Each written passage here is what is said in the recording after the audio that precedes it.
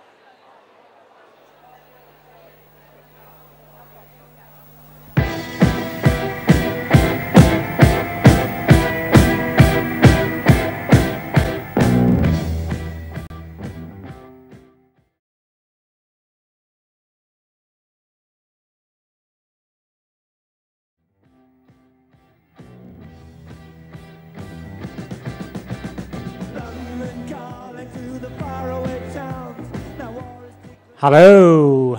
Hello, everybody. Nice to see you all here. Most welcome to this forum for science communication called London Calling. My name is Stefan Örgård. I'm project manager for the International Science Festival, Göteborg. Very pleased to stand in front of you right now. This is a very important role during the festival. To have a dialogue about science is what it's all about, kind of. I'll have some words about the festival and in short terms here. During the festival, we make places like this to have forums and places to meet with the science and the society, to have a dialogue in different shapes. So we have workshops, meetings, lectures, etc., etc. So the collaboration is very important. So during the pause later on today, don't hesitate to contact any of us in the staff if you want to collaborate in the future in the upcoming festivals. Scientists from Sweden and other parts of Europe and even other places in the world come to the festival and have lectures and collaborate with us. So that's very important. And you all play a very important role in that area. The festival is very unique. It's about 70,000 visits during 2 weeks.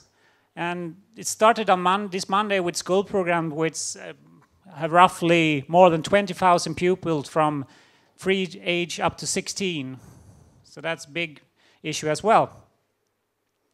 It actually is very unique and one of the biggest festivals. So the program for the public starts on Wednesday, about 300 lectures.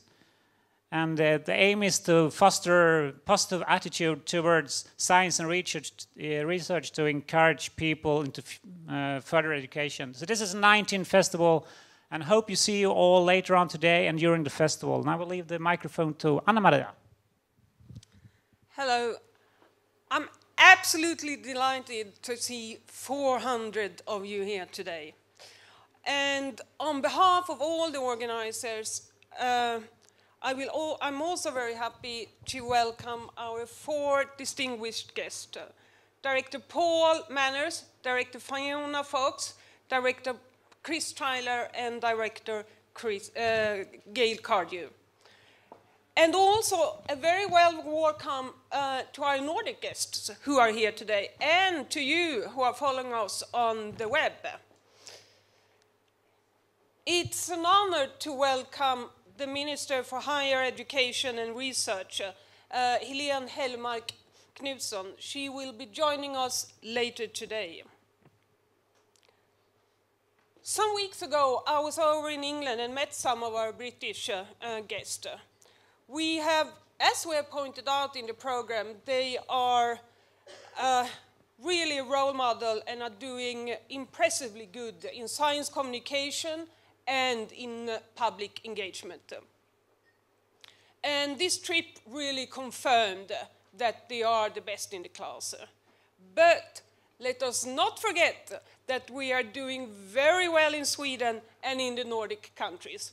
But better can be good. So we hope that this afternoon will give us some inspiration and some ideas on how to move forward. And without further ado, let's get started with taking up today's moderators and let them get working. Helena and Anders, please take over.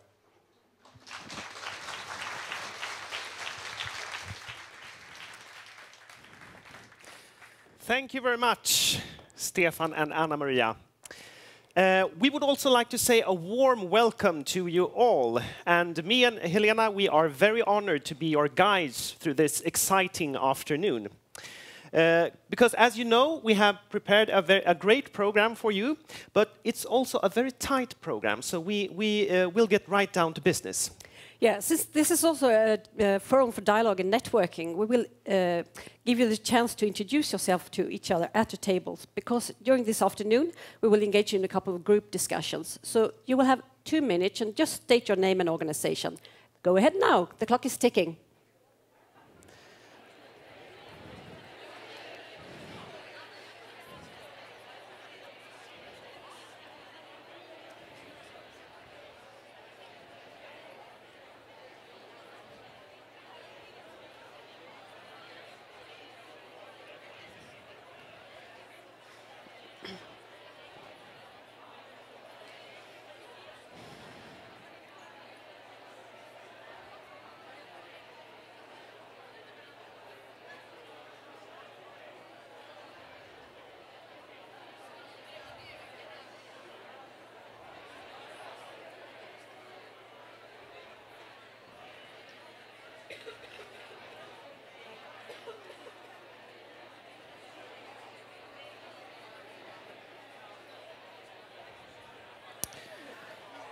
Okay, may we have your attention again, please? Nice to get some energy going in the room here. So now that you all know each other a bit better, we will continue, because you will also interact during this afternoon. And if you haven't already done so, please connect to the network and open your web browser in your mobile device, your smartphone or your tablet, and go to the address govote.at and enter the code 5667 and 22. In that way, you connect to the tool called Mentimeter, which we will use this afternoon for you to vote and to send questions to the panel. You have the information on the screen here and also on a paper laid out on the table, if you need any more information about that. Okay.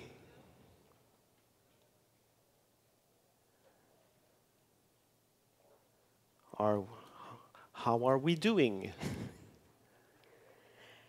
Technique can be annoying, can't it?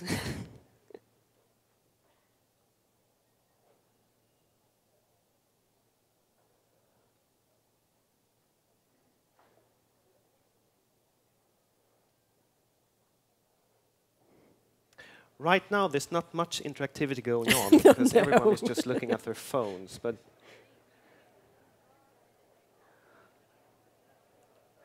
right, so when you have connected to the instrument, we would like to vote on the first question here, because we would like to know what types of people we have in the room. So please answer the first question is, what type of organization do you represent? Are you from business? Are you representing university? Are you representing a public body, research institute, or some other organizations? Not stated here.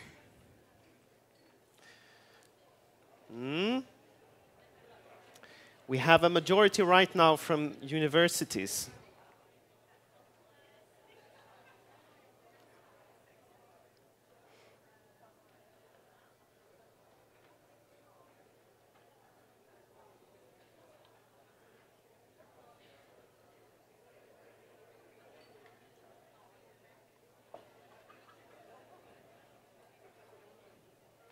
It's ticking up.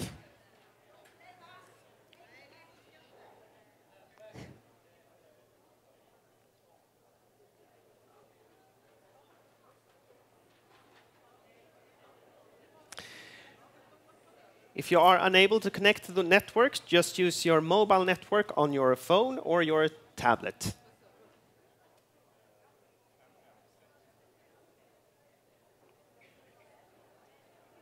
And the code is 566722.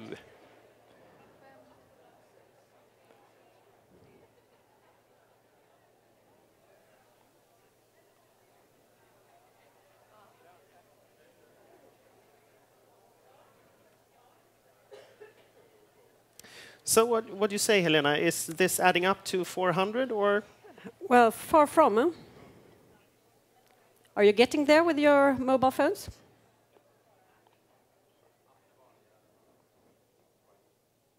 You open your web browser.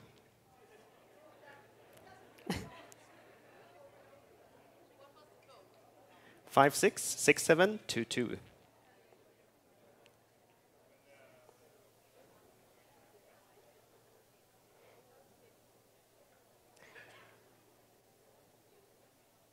The information is also stated on a paper on your table.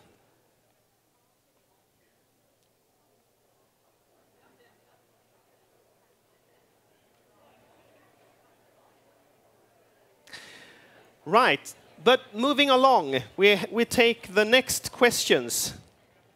And the next question is, we'd just like to comment on the results. We have a few, many people coming from universities, obviously. Interesting to see. Right, okay, moving along to the next question. What are your expectations for this afternoon? If you could sum up in 3 words your expectations from this afternoon, and hopefully we'll soon see a word cloud form here.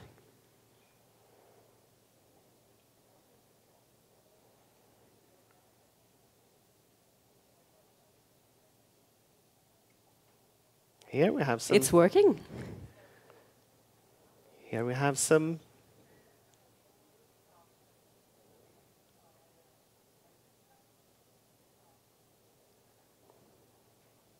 Inspiration seems to be the strongest. We have a clear winner. Yes.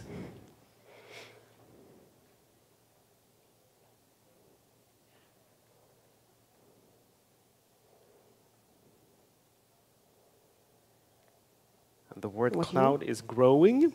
Anders, someone have expectation for you here. Sorry? Someone has expectation for you. Yes. Okay, strategy, methodology, practice, but inspiration is the big word.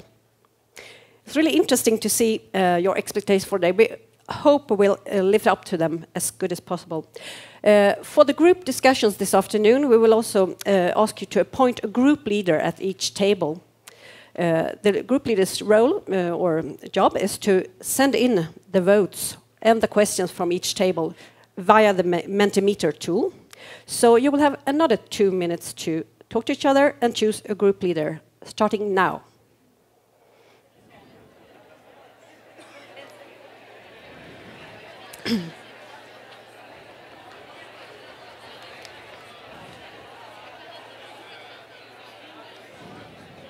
So choose one person at each table, preferably connected to the Mentimeter.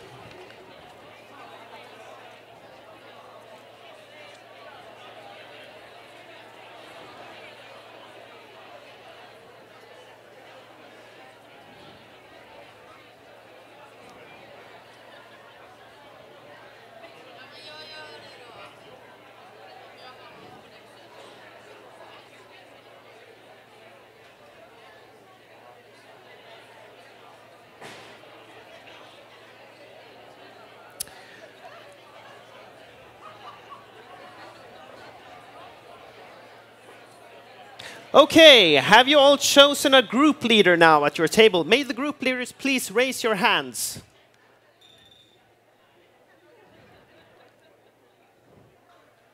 Perfect. Perfect. Thank you very much. Right, those are the practical details for this afternoon. But now we'll get right into the first session. Yeah, it's a great pleasure for me to now introduce the first speaker. He's director for the National Coordinating Centre for Public Engagement in England, a centre aimed at improving links and dialogue between universities and the public. Please welcome on stage Mr. Paul Manners.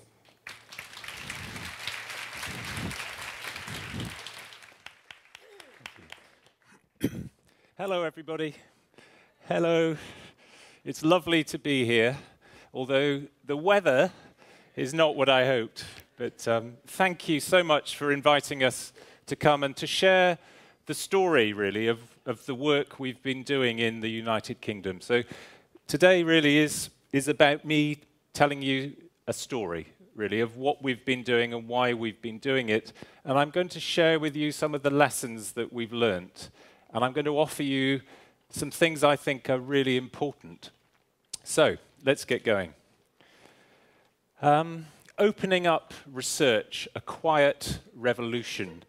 I think things have changed very significantly in the United Kingdom in terms of how we approach the relationship between the research that happens inside universities and the engagement with the wider society. This is the website of the organisation I work for. It's called the National Coordinating Centre for Public Engagement, and I'll tell you a little bit more about it later. It's one part of a quite complicated story. And guess who this is? This is me. I am kind of part of this story. Like all of you, I do this work because I love it, and I believe in it. And I've been on a personal journey over the last, many years. I won't tell you exactly how many. And I want to reflect a little on my personal journey as well as on the institutional and the policy landscape in the United Kingdom. My CV, as we call it in England, it started really as a teacher. I taught in what we call secondary school. It was for children from 11 to 18. I taught English, English literature and English language. And then I joined the BBC as a television producer, and I worked for about 18 years making television and websites and radio. And I also worked for the BBC to run what we called learning campaigns, which were about using the power of television to motivate people to get involved in learning. And a little later, I'll show you one of the programs I worked on. So, I have 3 very simple questions that I think you need to ask if you really want to do good work in this space. And they're such simple questions. The first question is why. The second is who and where are you working. And the last question is how. And it's interesting, I think we often start with how. We have a brilliant idea, let's just do this. And we rush into how. But actually, I think we need to start with why. And thinking about why is engagement important? We've thought about this a lot. I'm sure you have too. This is a picture of a conventional stereotype of a university, an ivory tower, we sometimes call them, detached from society, secretive, potentially untrustworthy, potentially elitist, reinforcing inequality, potentially unaccountable. Huge amounts of public money are spent in universities. What say does the public have in how that money is spent? And also, we're often accused that universities do work that isn't relevant, that isn't useful. What's the point of the research that we do? These are very familiar challenges, and I suspect you recognize some of them in Sweden and in whatever country you come from. But those questions, I think, ask us to be able to explain what we do in universities and to be much more open about it. So what have we done in the United Kingdom to begin to answer those very profound questions and those challenges to the work that we do? I'm going to spend a few minutes taking you on a journey, really, to help you see some of the key things that we have invested in terms of policy and in terms of institutions in the United Kingdom. I'm starting in the year 2000, and on the slide, the year 2000 is on the left-hand side, and we're moving to the present. I'm only going to tell you about 15 years. Clearly, there's a longer history, and Gail is here from the Royal Institution, and they've been around a lot longer than 15 years. But it's a useful window, I think, to make sense of what's happening. Back in 2000, there was a very influential report that was written by a House of Lords Select Committee, which was about the relationship between science and society. What triggered this was a real concern with how the public were reacting to some key moments in our collective cultural history. There was something called BSE, mad cow disease, which was frightening people, absolutely terrifying people. There were things like genetically modified crops that many people had deep reservations about. There was a real sense that the public were losing trust and were really anxious about science. This report faced that head on. It talked about society's relationship with science being at a critical moment. It's a critical phase. It talked about public confidence in government being reduced. It talked about uneasiness, and it talked about this crisis of confidence in science.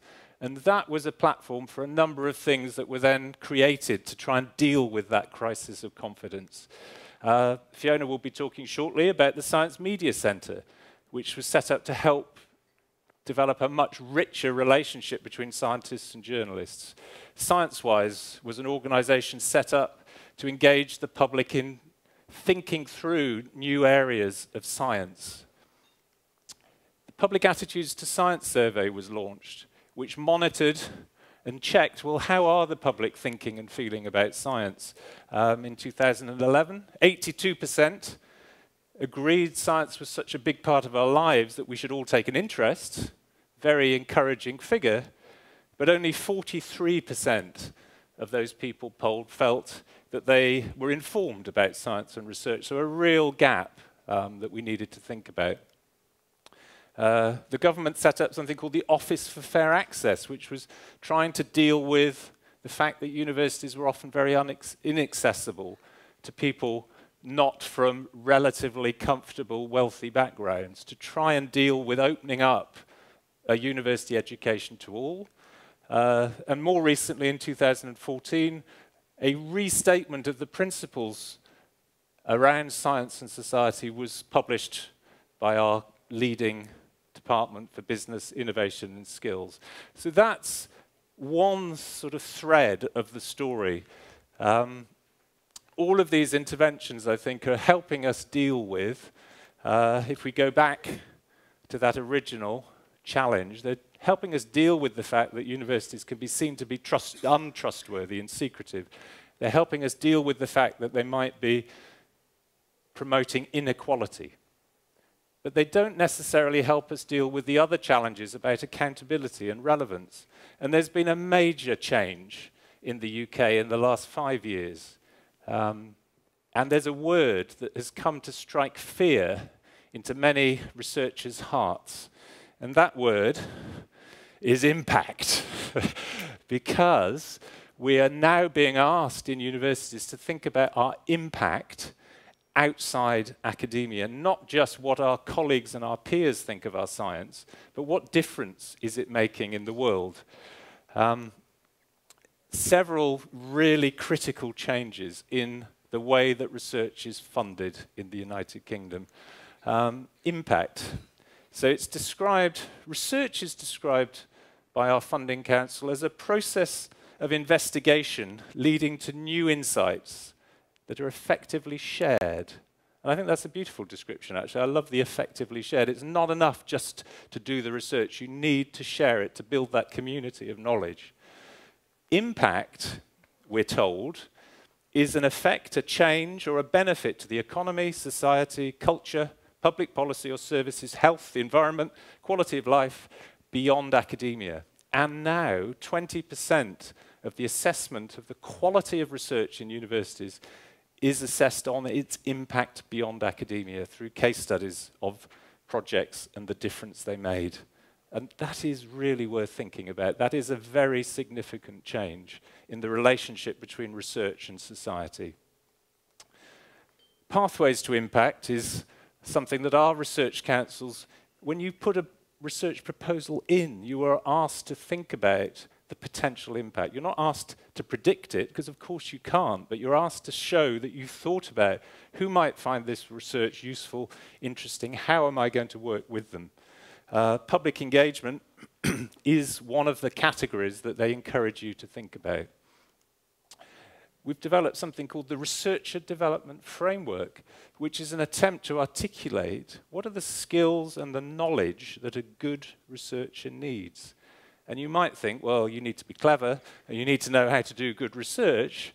But if you look at the 4 categories in this description, one of those categories is about engagement, influence, and impact. So it is increasingly recognized that as a professional researcher, engagement is a core part of your work.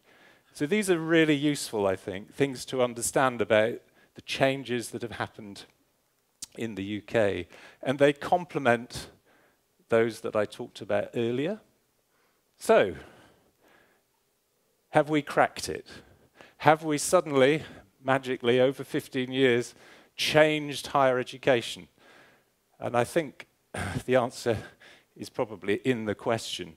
This is profound in terms of the challenge it puts in front of us who work in universities. And for many people, this is really unsettling. This is slightly flippant, keep calm and get back to the ivory tower. But frankly, there's been a tremendous unease about the implications of these changes. Are they actually undermining the independence of academics? Are they turning an instrumental agenda into the work that we do, forcing us always to be at the beck and call of government, etc.? This is not easy work. This is really challenging. And also, many people who work in universities have a deep attachment to a particular culture and a particular way of working. They don't find ideas like engagement ones that sit comfortably with the way they've been trained and the way they've got used to working. We have a third strand then of investment, which is looking at culture and culture change in universities, and that's where my work sits particularly. I'll just point you to one key intervention in 2006. It was a survey of researchers, and it was a survey of the barriers, really. What was it that was stopping people embracing engagement? 64% said it was just the need to spend more time on research. There was so much pressure to research, they couldn't fit it in.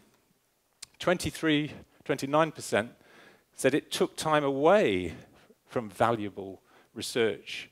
And a small number, 20%, agreed that scientists who engage are less well regarded by other scientists. It was actually seen as if you weren't that good at research, this was the kind of thing you did. So quite profound cultural issues around engagement. So we were set up as the National Coordinating Centre in 2008 to try and push some kind of change through the system so that people started to recognize that these reasons to embrace engagement needed to be taken really seriously, and universities needed to really rethink how they went about things. Now that's a long story. I could tell you all about that, but I'm not going to dwell on how we've gone about culture change, only to say it's such an important part of the landscape. You can't just change policy and expect things to follow. One of the things we've done to try and change things is to try and inspire people and to celebrate what good engagement looks like. Last year we ran a competition and we got hundreds of entries from across the sector, lots of categories: collaboration, working with young people, history, heritage, art, design, culture, STEM, etc. Let me just show you one short film. So if the technician could line up the first film. It's just one of the entries that won in the category working with young people. I hope you enjoy it. It's a project that was done at Durham University, and it was about inspiring young people's curiosity.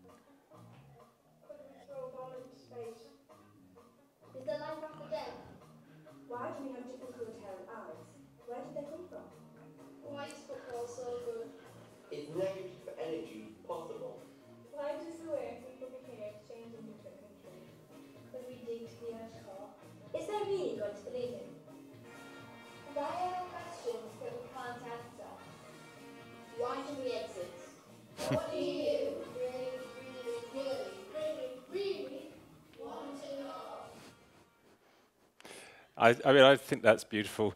It was such an open invitation to those children to just talk about the things that interested them, the things they were curious about. It wasn't the scientist walking in and saying, we've got stuff to tell you. It was, what are you interested in? What are you curious about? And then they worked with those children to create a stage show, which was then shared with their families. So a lovely project.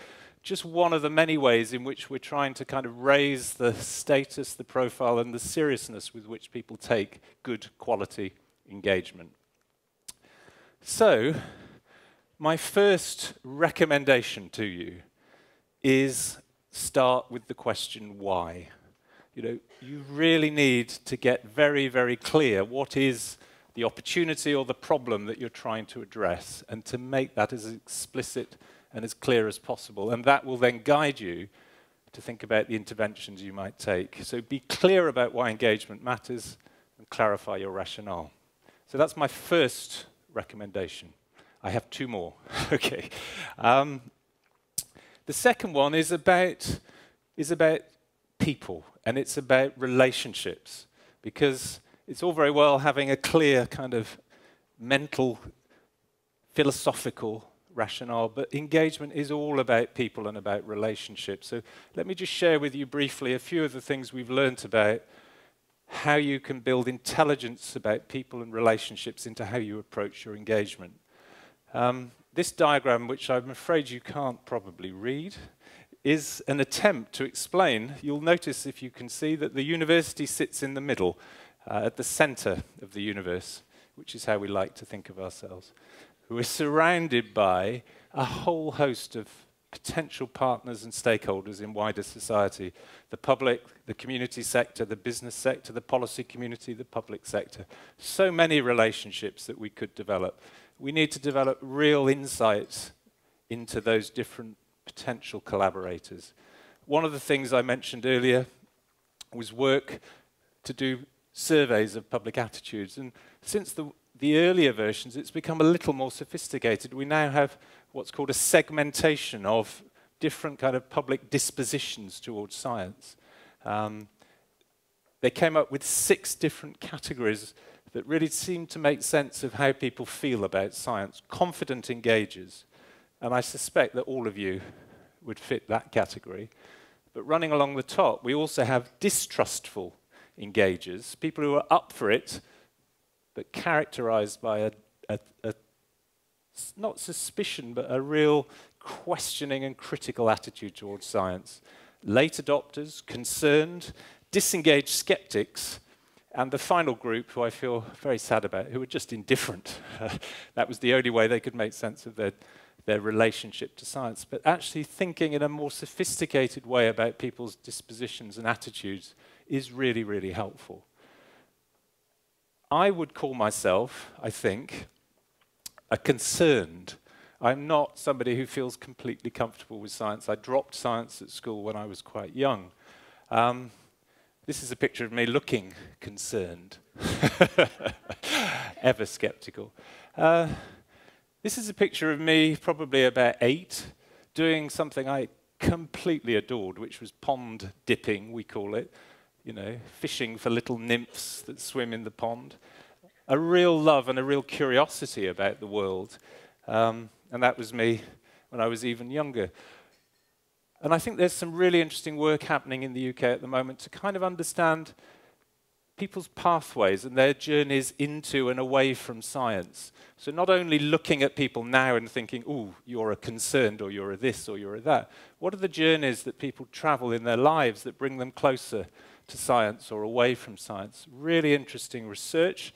This man, who is a beautiful description of a mad professor, he has exactly the wild hair you would expect. Somebody called Kevin Crowley from the University of Pittsburgh, doing fantastic work around what he calls sort of science capital. And they researched really through life histories, people's relationship with science and what was changing, what were the key trigger moments. And they identified a number of critical factors, things to do with the out-of-school activities and their relationship to what happens in school, things to do with actually how science is often treated in school as a topic, as a piece of knowledge you need to understand, whereas for many people it's more about activities that you get involved in that you love, and a kind of mismatch there. So I won't go through all of those details, but I think this deep and really curious interest in how people make sense of science and thinking that they're not like us necessarily. They probably have very different feelings, and if we're to engage with them, we need to give them the kind of credit of trying to understand and trying to see the world through their eyes too. So the people side of science, I think, is really important. And I think the other thing we're beginning to get a real grip on is actually we need to think about this as a very complex network of relationships that people build. It's not just that they come to a science festival, they also are at school, they also go to museums, they also watch television. They're being bombarded from different places with different ideas about science, and it's a complex, interconnected system. So forgive me for this slightly flippant photograph. We have this thing in England called I Spy, where you kind of spot something. And I guess what we've spotted is we need to think about the system that supports engagement in science and be really intelligent about how that system is working. How is what we're doing connecting with what other people are doing? And trying to be a little bit more systematic about how we then work together. The Wellcome Trust commissioned a really interesting review. They came up with this diagram, which is very different to mine. It's all about the interconnections between, at the center of this, interestingly, were science festivals and universities. They were the places where the most interaction seemed to be happening. And then around them, you've got things like schools, you've got theatre groups, you've got parks, you've got nature, etc. A really complex ecosystem of providers of STEM, informal learning and public engagement. How can we work together as a system more effectively? Some interesting ideas from the States about how to think about such systems. This is a group from Stanford University, and they talk about the complex nature of most social problems belies the idea that any single program or organization, however well managed and funded, can single-handedly create lasting change. So who do we work with? How do we work with each other to bring that change about? And what Wellcome have done is convened a forum of these different organizations who fund informal science learning to try to work out how as a system can we be more effective. We're looking at things like models of funding and how that funding is working. Is it complementing each other? Is it duplicating? Are we missing really important things in the system? One of the things we've identified is that we're often missing people. We put money into projects, but often what makes the biggest difference are the people, the catalysts in the system. Maybe we should be putting money more into that in order to create the kind of change we'd like to see. So, my second provocation, recommendation, is think about who and think about where. Think about the context and the relationships that are vital to achieve your work. And then finally, and I'll be a little briefer with my final recommendation, I want you to think about the how question. How do we actually then design really effective engagement? And perhaps you could indulge me for a minute. I'd just like to show you a second video. It's a very short clip. I don't think I'd ever imagined when I was studying English literature at university that I would one day be making programs about science. Because you know how it is, you kind of have this sense, oh, I couldn't possibly go near science because I'm not a scientist. But I'm a curious person, and I think I'm also quite a creative person. And working as a producer, I felt a real opportunity to try and move away from subjects I knew well to work in an area where I perhaps felt a little less confident. And I was invited to design a format for a series to air on BBC Two that was about bringing a new audience into science. And this is an example of that format. So if we could just play the next clip. Right, it's depths, depths, depths, depths. Perhaps we could go back to the beginning. Our four pioneer... Here we go. This is an old mine. It was abandoned decades ago. It's deep, dark, and partially flooded. Can our rough science team overcome its dangers and penetrate its depths?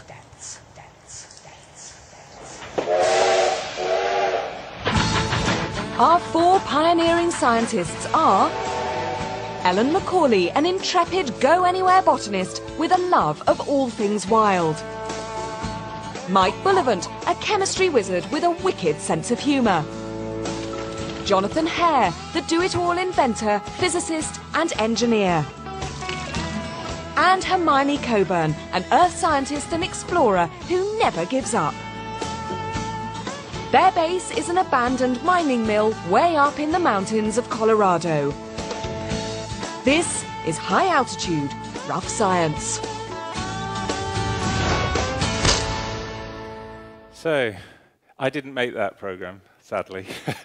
But I worked on the first series and kind of designed the format. But it was a program that was recommissioned about 6 times because it kind of hit a spot and people really loved it. I think they loved the idea that science was about problem solving, it was about the real world, it was about real people.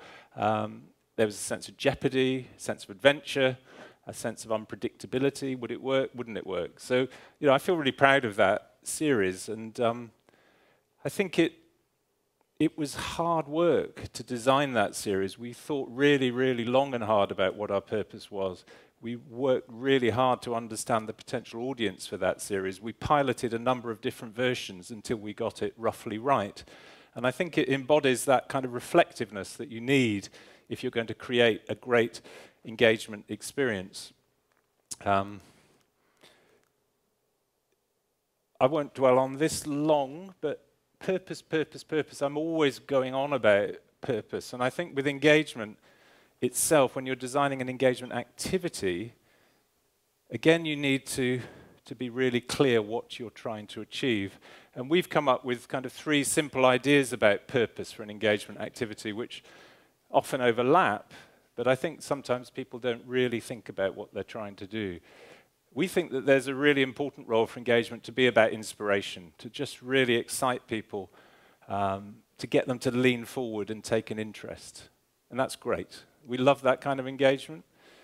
There's another kind of engagement that is about listening, actually, which is about actually actively trying to elicit from people what they think and feel. And you design that kind of activity very differently. So we talk about inspiring, we talk about consulting, and finally we talk about collaborating, where you are actually actively trying to build some kind of relationship and to do work together to build new knowledge. So whether that's citizen science or other forms of co-production, we're really excited about that too, but they're rather different. So we're working hard to kind of differentiate and to think about appropriate techniques and methods that you can use.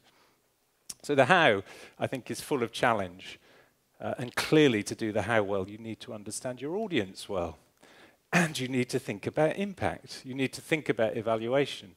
And that, to us, is one of the real frontiers in pushing work in this space forward, is how can we understand better how to plan and evaluate the work that we do.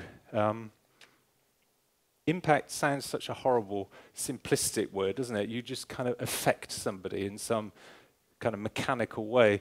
There's been some really useful work in the UK in the museum sector trying to understand what happens when people engage, when they learn, and differentiating into 5. They call these the generic learning outcomes, but they are a really helpful place to start, thinking about, are you trying to achieve a change in skills, in attitudes, in enjoyment and inspiration, in activity and behavior, or in knowledge and understanding? They're different, and there are different ways you can capture whether you've succeeded with those. And as a result, you can produce some really insightful evaluation of whether your work actually achieved what you hoped it would do. So we're thinking really hard about evaluation and trying to push our skills in that area. The other thing we're thinking about is evidence, actually. What evidence is there that we might draw on? And I'm ending with this. This is a toolkit that was produced for teachers that we're thinking about, could this be helpful for people working in science communication? This was a toolkit to help teachers look at different kinds of interventions in the classroom What do we know about how much they cost? What do we know about the strength of evidence that tells us whether they work or not?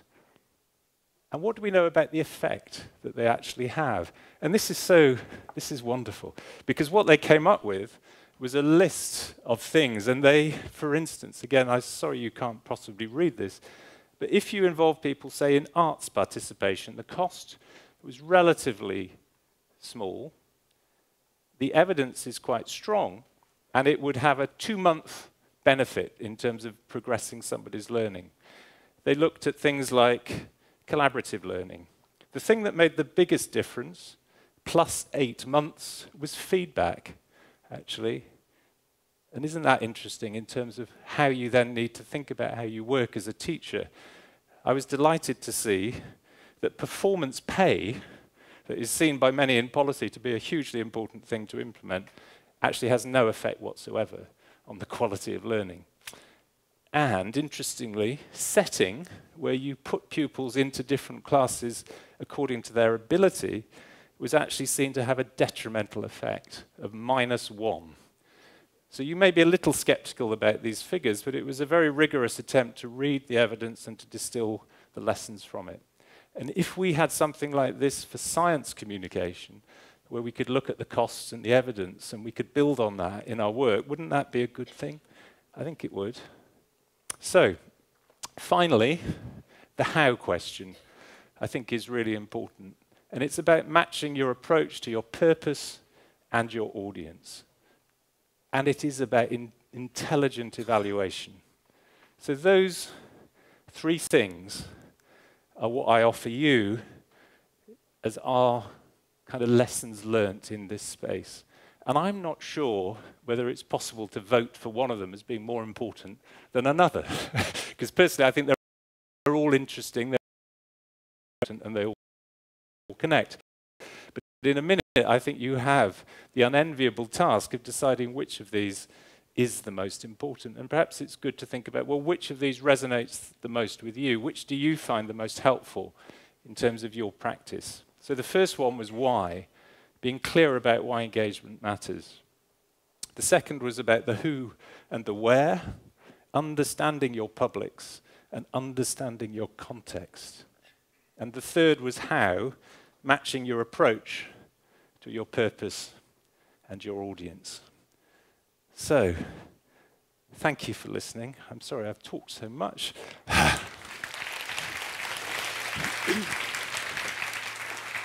Thank you very much, Paul. Yes, as Paul points out, we have asked all the speakers to end their speeches with 3 recommendations for the Swedish audience. And your job now is to have 5 minutes discussions at the tables and vote for the most relevant recommendations for Sweden. Which one is the most relevant for the Swedish context?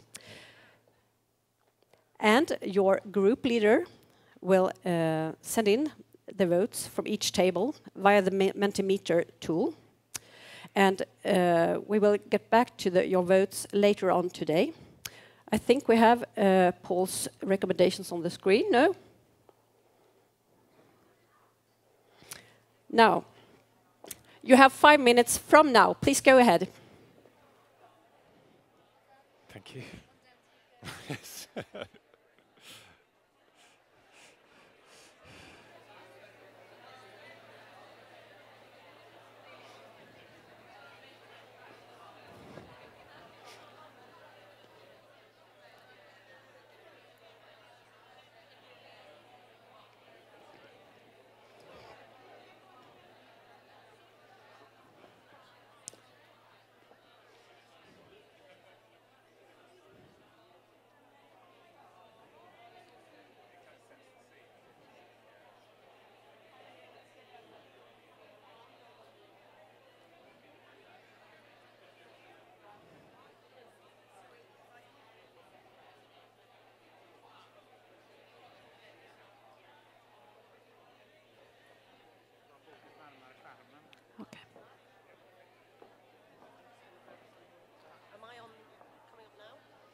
Yeah, they're having 2 votes.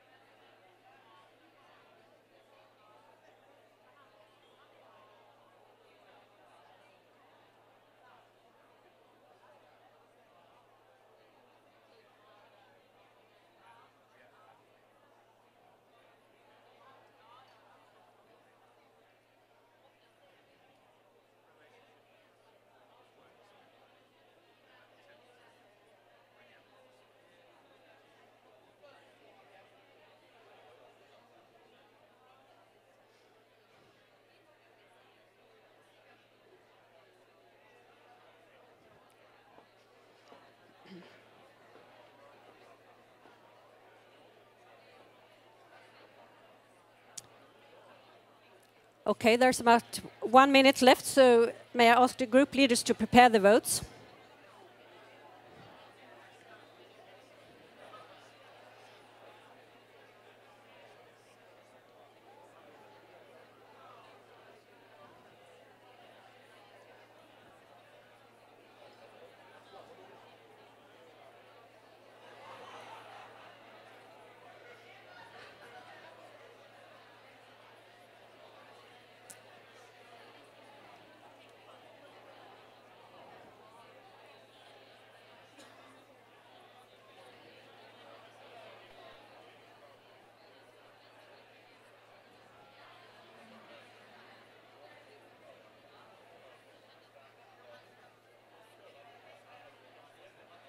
Okay, time to send in the recommendation most relevant for the Swedish context.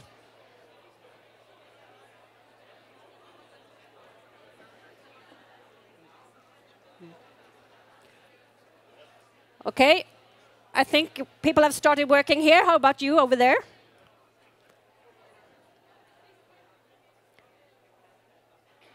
Which one of Paul's recommendations is the most relevant for us here in Sweden?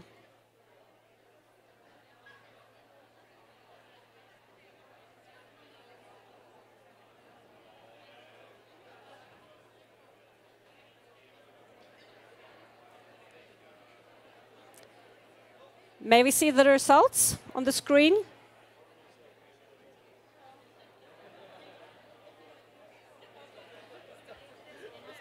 Okay, time's up.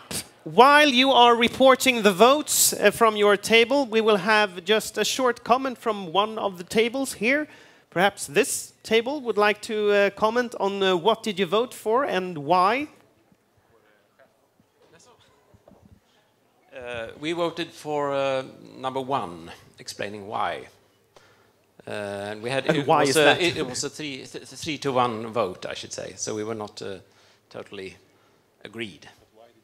But we voted for why, since we had the opinion that in many industrialized countries, you see that the interest in science and natural science is going down in comparison to developing countries. That there is perhaps a gap in the connection between what the science really does for us in everyday life, and our well-being is based on scientific progress. Right, thank you very much. Thank you very much. So, have you all sent in your votes right now? Great, thank you. Then we'll continue with the next question. Yeah. Now we will give you another 5 minutes, because we are sure you have questions for Paul after his presentation. So, in the end of this afternoon, we will end with a question and answer session with the panel, all speakers. So now we'll ask you to discuss what question do you want to forward to this panel in the afternoon. And your group leader will write the question in the Mentimeter tool and send it via this instrument. Okay, starting now. So what question would you like to send to the panel, to Paul?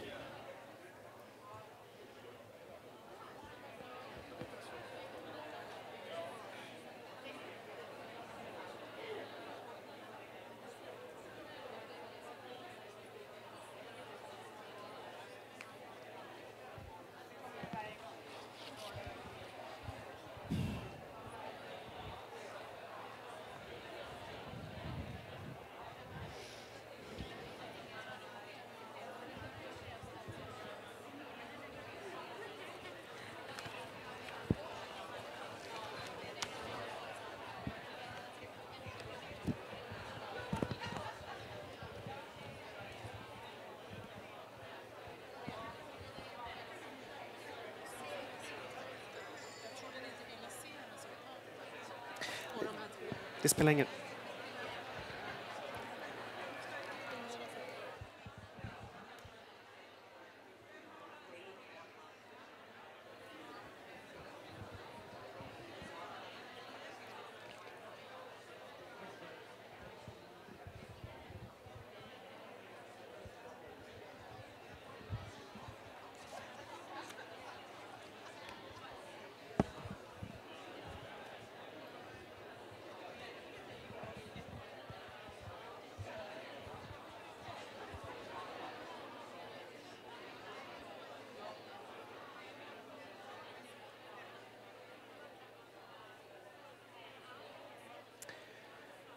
So please write down a question for Paul Manners to the panel Q&A later on in the afternoon. Please send in your question via the Mentimeter tool. And our secretariat will choose among the questions this afternoon to be answered by the panel. And 1 minute left to go.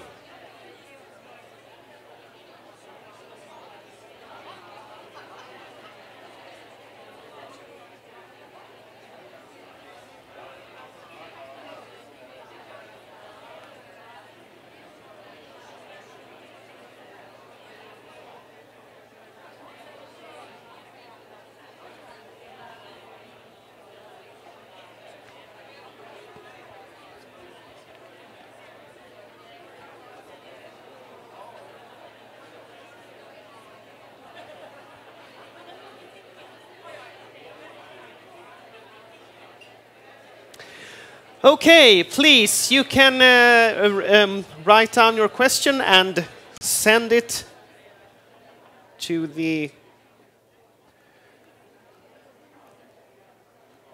Mentimeter tool while we are continuing with the program. So please write down your question.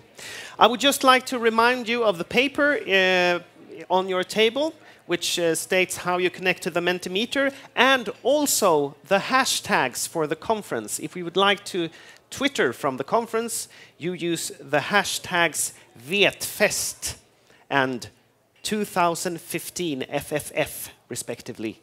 And these are also stated on the papers on your tables. So please, go ahead and Twitter as well. Moving along now in the program, our next speaker is the Chief Executive of the Science Media Centre in London. And the Science Media Centre works with scientists and journalists to provide accurate and evidence-based information about science and engineering through the media. So please welcome Fiona Fox.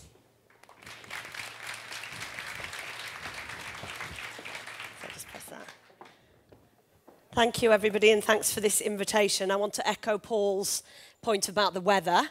London's calling, so you gave us London weather, but actually London is beautiful today, 24 degrees. My husband keeps sending me pictures of himself sunbathing. But no, we're delighted to be here. So I'm just going to tell you about our case study. It's quite a different talk to Paul's because it's just about us. It's all about me.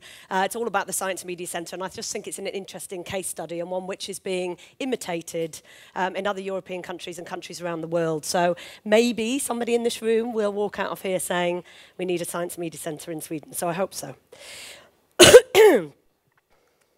So we were set up exactly as Paul described as a result of that House of Lords committee that he talked about. It was a very interesting time. There was a real conflict. There was a real war between science and the media at that time. And we were one of the recommendations of that House of Lords committee.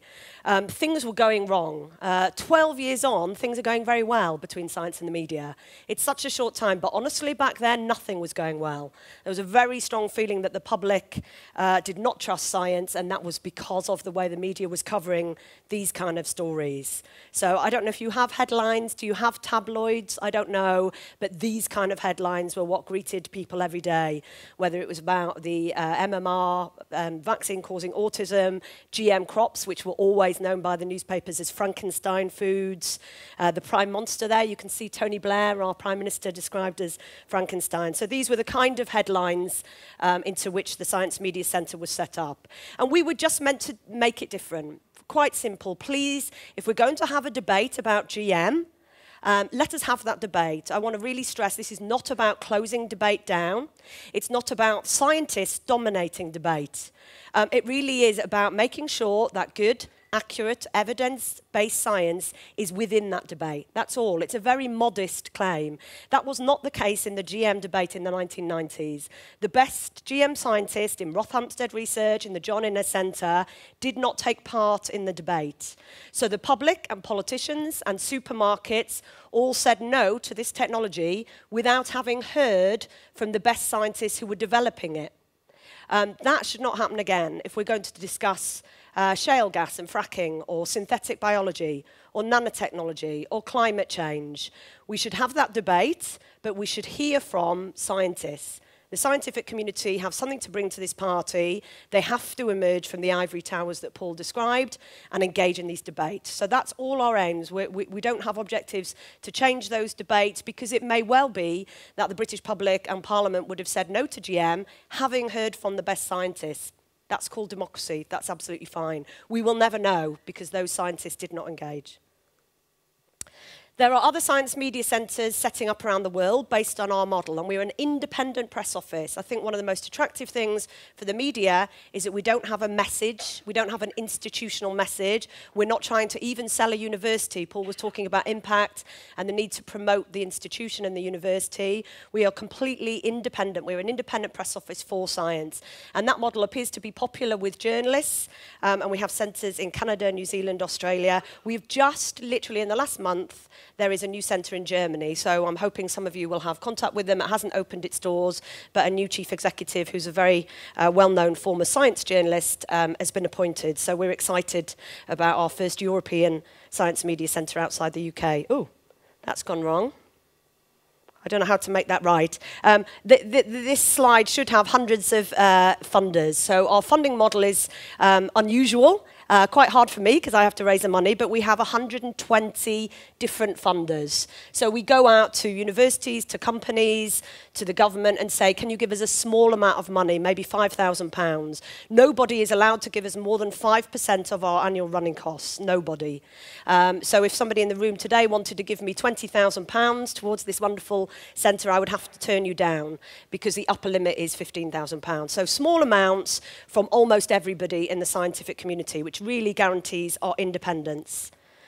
This is our philosophy. You'll hear it later from Chris, who's adopted it in policy terms, but really important for us. The scientific community in 2000, 2001, when we were established, were angry. They were angry about the way the GM debate had been conducted. They were angry that the media covered animal rights extremists and not the case for animal research from universities. And they complained. They complained to the Press Complaints Commission. They complained to editors of programmes, but they didn't engage. And we said straight away, we're not interested in complaining. If you complain to the editor of the Today programme, which is our iconic agenda-setting BBC programme, you'll just become annoying. If you take part in that programme, 7 million people will listen to you. 7 million people a day listen to that programme. So our whole philosophy was about engagement. You will make the media cover science better by taking part, which, as I say, even 12 or 13 years ago was not within the culture of science.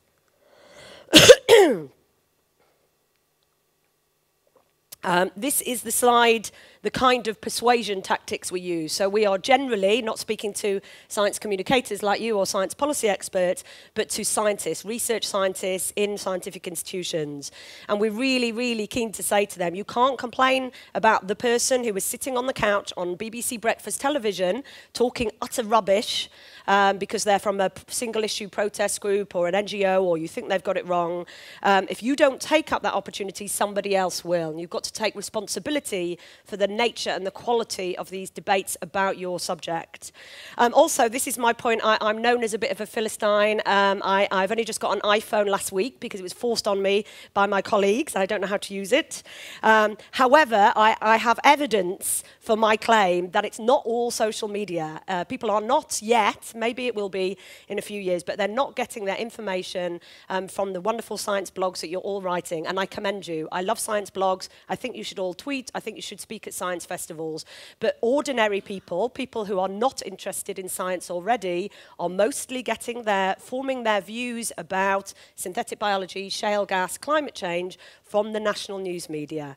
So the Science Media Centre's job, many other people, you'll hear from Gail later, they are running a channel. There's lots of fantastic initiatives, but our little bit of the cake is the national news media in the UK, the media that gets to the vast majority of ordinary people. So the rest of my talk is just examples of what we do. We offer 3 services to journalists in the UK. We are a very productive team. It's a small team, but we don't do anything but providing these services. So we don't sit in meetings. I rarely get invited to lovely places like Gothenburg. I'm usually sitting at my desk. So please do look at our website to see the huge range of issues we cover. I'm giving you a tiny little example here today. But we, to journalists, offer these services. Rapid reactions, roundups, and media briefings. I'm going to give you just a couple of examples of each one to give you a sense, but please look at the website for more. So rapid reactions is basically what it says on the tin. These are the stories that are not in the control of the scientific community. Nobody decided to launch these stories. They're not connected to an embargoed scientific paper coming out in Nature in 3 days' time. They are not under our control. They break. We first hear about them when the journalist phones us and says, we have horse meat in the UK. Is everybody going to die? These are the kind of stories. So people remember it was an earthquake and tsunami. I'm slightly ashamed to say in the UK that story lasted a few hours. They were only interested in the nuclear accident at the nuclear power plant. So it became a story about Fukushima, not about an earthquake and tsunami. That's okay. We are media driven. We're not going to sit there and say we refuse to speak to you. We are going to give you 10 earthquake experts. We're media driven. If they want to talk about radiation and run a scare story and talk about Fukushima, then we will provide the expert help they need. So this became the biggest story in town. What we do is we go to our database. We have 3,000 plus very, very top, well-qualified, eminent scientific researchers, engineers, social scientists. They're on the database. They know what that means. They know we will phone them quite often on a Saturday morning or 10 o'clock in the evening and ask them to drop what they're doing and speak to journalists about their area of science. We might only speak to them once in 2 years, but their area of science is now in the headlines, and they have a responsibility and an opportunity to speak to journalists and to ensure that good, accurate evidence base of information is in the mix, just in the mix. We know that we're not going to stop Fukushima being a scare story. We know we're not going to stop Greenpeace immediately saying this is the reason we should not have nuclear power. That's fine. Next job, I'm going to work for Greenpeace. It's much more fun than science.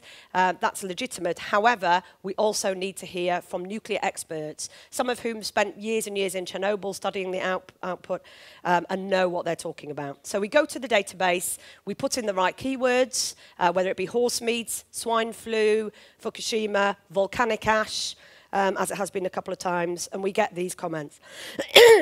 So we proactively push these out. We make it very, very easy for the news media to get access to good, accurate, evidence-based information. It's a very simple formula. We don't wait for them to come to us.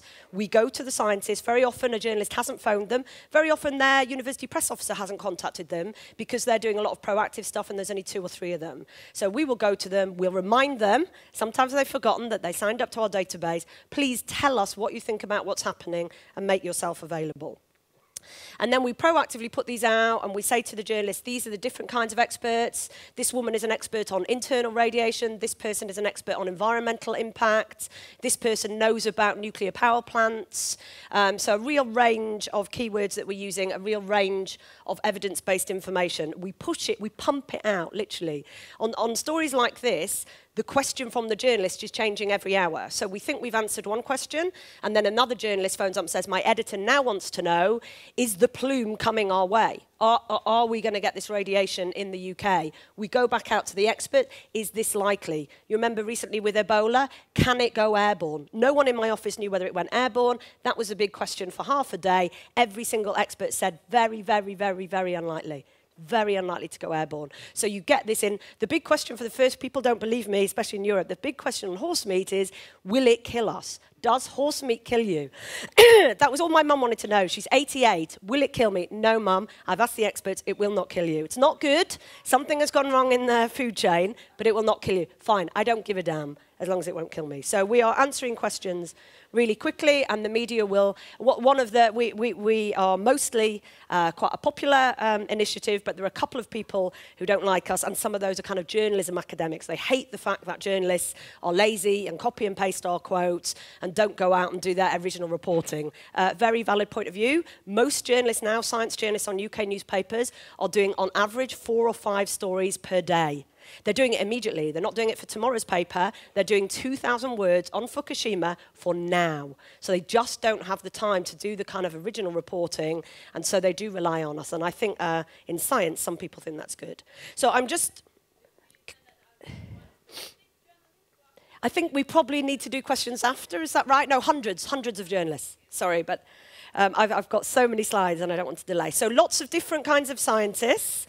Lots of different kinds of quotes, and they're not sound bites, they're not campaigning points. They're scientists and engineers talking as they do, with a lot of information, but don't underestimate the level of information the journalists need at that time. They are actually hungry for facts. And they're quite happy for these kind of quotes. Obviously, if they want someone on camera, they'll want somebody who's media-friendly and media-trained. But actually, a lot of this, they are prepared to take a lot of information and invest in getting their stories right. So you get the principle. I know this is PowerPoint crime, I understand that, but forgive me. I'm just trying to show you the principle. So in the middle of this, we also do fact sheets.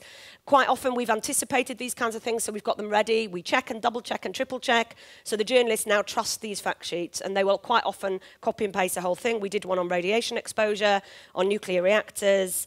We run briefings. I don't know what the situation is, whether all your journalists are in Stockholm, or I don't know, but in London we are actually very lucky. All of the national news media are based in London. They're all there. They're within 10 minutes of the centre. So they will actually come, and they're kind of scared not to. You get 6 or 7 of the top experts on this story. It's the only story in town, and you make them available for 1 hour at 10 a.m. It's all over by 11, and they're scared not to come. So journalists come. Everyone said to me, journalists never go to press briefings anymore, Fiona. You're so out of date. They do come to press briefings. This one, as I said, poor old David Rothery, our only volcano expert. He came up, the Fukushima was on the Saturday morning. This briefing, I think, was on the Tuesday, so organised very quickly. Not a single question to David Rothery. Nobody was interested in David Rothery. It was all the nuclear story. So lots of journalists come from national news media, and I think we ran 2 or 3 separate emergency press briefings.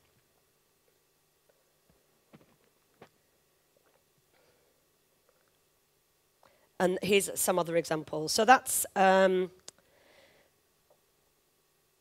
the rapid reactions. And that is the goal of them. We don't know what difference we make. Paul talks about evaluation. We're really rubbish at evaluation. We don't know. We just have this gut feeling that in the midst of this debate, if the public have more access to more good, accurate, evidence-based information, that has to be a good thing.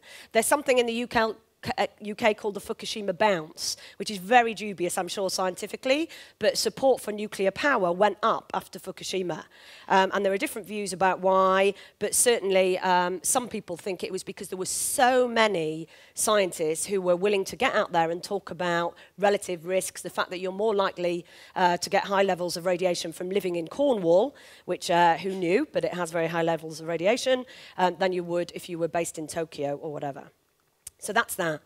The second thing we offer is putting research into context. So the Science Media Centre is all about the stuff that tends to go wrong. It tends to go wrong when it is a huge breaking, out-of-control story like Fukushima, horse meat, Ebola. But it also tends to go wrong in a kind of day-to-day basis, new studies. It's really the case that there is still that tension for scientists. If something is new and preliminary and never been found before, and only done in mice, then it's not interesting. You know, I'm not interested in this until it's reproduced, until it's replicated, until it's done in humans. For the journalists, it's exactly the different, especially with editors. It's new. Oh my God, it's new. It's never been done before. It contradicts the previous 25 studies that said something different. Front page, now. So they have a completely different view of these new studies, and that's really challenging because every single day we're curing Alzheimer's or we're causing Alzheimer's on the front pages from tiny studies that no one in science thinks should be in the paper at all. So what do we do about that? That was our big challenge. This is what we do. We have negotiated with the top 10 or 15, the journals which have press officers. Again, I would never say journalists are lazy. Journalists do not get their science stories from looking at 5,000 journals around the world. That's not the way it works. They get their stories from a press release written by a press officer at the journal and the university. They come into their inbox. So we know the stories that are going to be the daily diet of the health and science and environment journalists in the national news media. We look at them and we can see immediately. You could see immediately. It's not hard. Which stories, you know, water causes cancer. Exposure to bottled water damages the unborn fetus. Chemicals in the environment lead to asthma. commonly used antibiotic leads to premature death. They're every single day, these studies. So we know which ones are going to be on the front page, and we basically go back to that database of 3,000 experts and say, give us some context. Please don't tell us what's in this study. The press release does that brilliantly. Go straight to the nuances. Why should journalists not put this on the front page? Or why should they put it on the front page? Is it really, really significant? Does it reproduce and confirm 20 studies that were pointing in that direction? So it's not always pouring cold water, but it is always giving the kind of context and the kind of nuances that maybe the press officer at the university doesn't want to put in the headlines. Because, back to Paul, they want impact. So here's just a classic example, a commonly used moisturiser, which many people in the UK use, linked with cancer. This is absolutely front page news. This is just beautiful, a good old scare story. Everyone uses it, but only in mice. So we go to the experts, and they basically just say that. They say, you know, let's look at this. Mice are covered in hair. Human beings are not covered in hair. Therefore, they are different, and it's good that we've done this research, but you would really need to move this on now to bigger studies in humans in order to make the claim that there is a link with cancer. We send these comments out. I don't know how many of you know the Daily Mail. The Daily Mail is the paper we love to hate. Scientists love to hate it more than anyone else. Politicians actually fear it because it's very influential and it's has a huge audience. We actually like the science and health correspondents on the Daily Mail because they try. They don't always succeed, but they try. And I always show this to my UK scientists to remind them, don't write off the Daily Mail, because other newspapers, what I call the posh newspapers, didn't make this point, and the Daily Mail made it in the headline. So we are just getting context, and we have hundreds and thousands now of emails from journalists saying, thank you for those comments. My news editor was very excited because he's always thought water caused cancer. He wanted to put it on the front page. Thank you. I was able to show him 6 comments saying, we should not do this, we will look stupid. So these are really important. I don't know whether Seralini had much impact here. Lots of European countries, it was massive. This was a new study, and I want to emphasize the SMC is not pro or anti-GM, the SMC is not pro or anti-shale gas, the SMC is not pro or anti any technology. We are pro the scientific approach and the scientific method. And my introduction to this story was several journalists phoning up and saying, we have a new study, it's in this journal, which I knew. It didn't have a press officer, but I did know the journal. It's a good journal. It's a decent journal. Its former editor is someone we know very well and is a top quality scientist. And it shows that feeding rats GM led to tumours and cancer. I was quite prepared to believe that. And in fact, I said to all my colleagues, this is it. This is the big story of the decade. In a decent journal, which is peer reviewed, there is evidence that GM causes harm. And we have to do this brilliantly, and we have to find the best experts and either reinforce or question this. It's really important. So extraordinary claims need extraordinary evidence. We need to go to work. It ended up, I can tell you over a drink tonight, maybe, being very strange. We couldn't get to see the paper because they had done a bizarre deal with the journalists where the journalists signed a contract that they wouldn't share it with third parties. So we smelt a rat. There was indeed a rat. Luckily for us, the Le Monde in France broke the embargo 7 hours early. And so we were able, before the UK press conference, we got the study. And genuinely thinking it was probably a very good study, we sent it to a range of people on the database. We looked at toxicologists, we looked at some GM experts, but we're thinking this is more about food. We went to some food experts, we went to some physiologists. We saw that it was very statistics heavy, so we went to professors of the public understanding of statistics. So we went to a really wide range of people, and within a couple of hours they sat down, they read the paper, comments started to come back in. This was not a good study. This was a very, very weak study. It ended up that the particular kind of rats they'd chosen always get tumours if you keep them for 2 years. It ended up that the statistics were completely, really basically very, very poor. So we found that out, but we didn't know that. And if those comments had come back saying this is a wonderful study, this is the evidence that GM kills, we would have very happily put those out.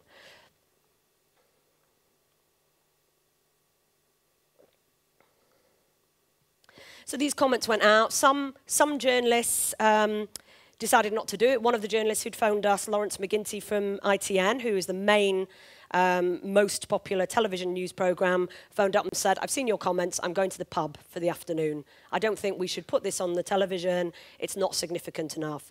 Other journalists covered it, which was fine. We never, ever, ever asked journalists not to cover a story, but they included the comments very prominently. And getting back to that thing about engaging rather than complaining, this story was transformed. And somebody, hopefully, some PhD student somewhere will do a study about the differences between the coverage in countries with a science media centre and countries without one. In France, by the end of the day, Sarah Linney is from France.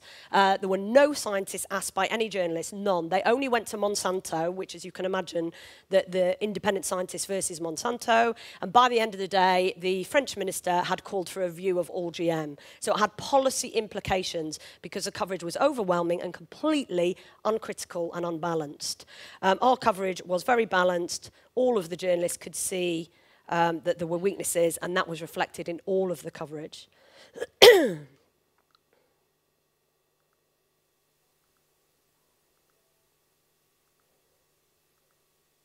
So these were just some, apart from the one on, the one that says, I'm proud of our plant scientists, that's my colleague. All the others were emails we got from journalists that day thanking us. Okay, final section.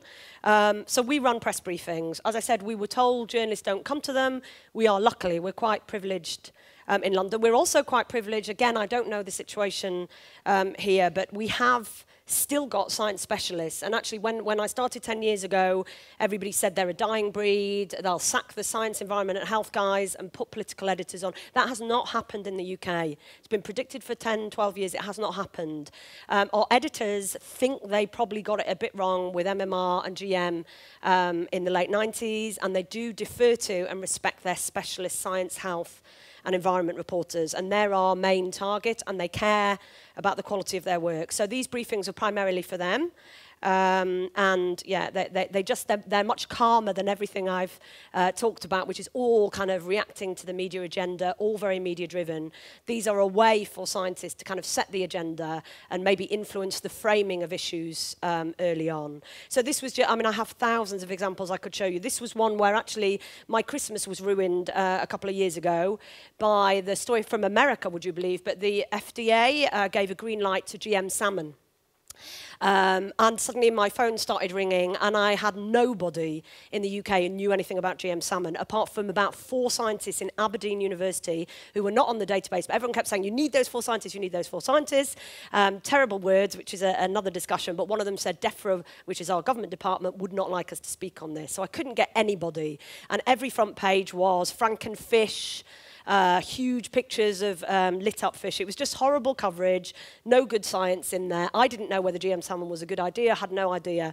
So I came back determined to run a briefing on GM salmon. Actually, it ended up that we really don't have many experts on GM salmon, but we ran a background briefing. So we run backgrounders on issues that we think could be controversial and invite the journalists to come. We did it with human-animal hybrid embryos very, very early before the debate started. We did it on mitochondrial donation, which you may have followed in the UK, the baby with 3 parents. And I think briefing early and briefing often, so that there's just no excuse for the public and the journalists not to at least have heard the case from the scientists who want to do this work. So we do these background briefings.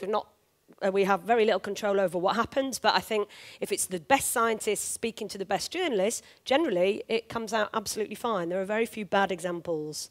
They liked the piggy, they liked the GM piggy. This caught their imagination. There was lots of pictures of pigs. There was some really interesting editorials. People saw this as kind of a step onto public good GM rather than the kind of crops that make a lot of money from Monsanto. Here we are, pig bringing their GM bacon home. So lovely, lovely coverage, and all the scientists really pleased. This, again, is a Daily Mail, which campaigned against GM for 2 or 3 years. It even had its own anti-GM logo, doing a fairly balanced piece, which is all you can expect. So include that as well. Another quick example. In the middle of an emergency like Ebola, where we're being asked hundreds of questions, it just makes sense to make it easier for the journalists to come and to meet the leading experts. And again, I think, quite honestly, a lot of journalists will be scared not to attend this briefing, to get the kind of basic information, to get the cards of the scientists on the panel. That will show you we had 5, 6 BBC journalists at the same briefing, but it's quite a big Institute. That's our centre back in London. We're housed in the Wellcome Collection, next door to the Wellcome Trust. This was another one. There was a big row about statins in the UK. There were lots and lots of people who don't like statins making false, inaccurate, exaggerated claims about side effects. It's fine to campaign against statins. It's certainly fine to campaign against them being offered more widely, which is what is proposed in the UK. It's really, really not fine to tell people who are at very high risk that their statin could be killing them in all kinds of ways, giving them diabetes, giving them problems with their sight, etc. So we ran a briefing with the people who'd actually done the study, so the closest to the research. And again, lots of journalists, and I think it was a really significant briefing. How am I doing for time? I can't see the clock. I've obscured the clock. Am I okay? Fine. Okay, let me speed up then. These are the last couple of slides. So just to say that we do other things. We, you know, in the moments, rare moments where science is not in the media, our entire work is to persuade scientists to engage with the media. I was depressed actually by one of the comments Paul put up earlier about people thinking that if they're doing science, they're not being a really good scientist. If they're doing media, they've left the laboratory to do this kind of superficial, fluffy thing. I think one of our main jobs is to persuade scientists that that's not the case, that this really matters. Them engaging in this debate can dictate how this debate goes and whether they have a license to practice. You know, if you're a GM researcher in the UK, you've probably considered moving to Australia or somewhere else because there really isn't much GM research, and that is the price, I think, of not engaging. We also gave evidence to the Leveson inquiry about science and argued that poor science reporting damages public health, and Leveson himself has recommended science guidelines, science reporting guidelines to all journalists, so we will see if they're taken up, and we do reports for government, etc. Just some basic facts about us.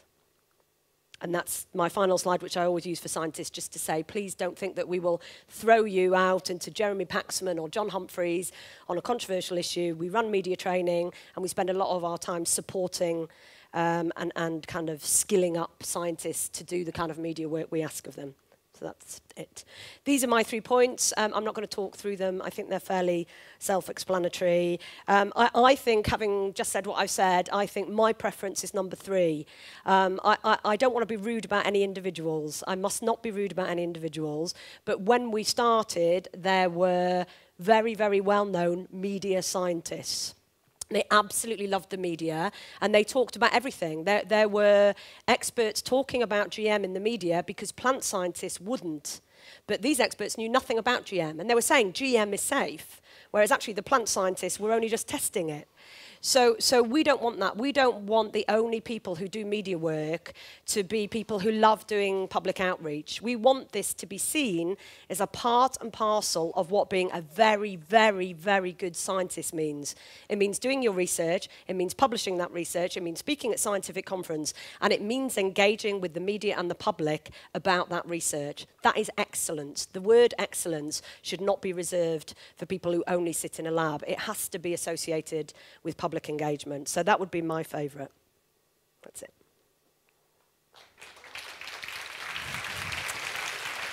Thank you very much, Fiona. I would just like to, for those of you who didn't see the text of your recommendations, could you just make a short comment on the other 2?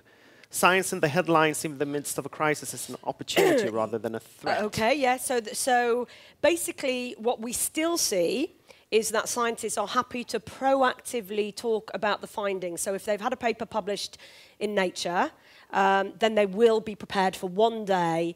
But basically, on those occasions, mostly no one's listening. Sorry, I know it's hard, but most scientific papers will get a tiny little piece in a newspaper, if that.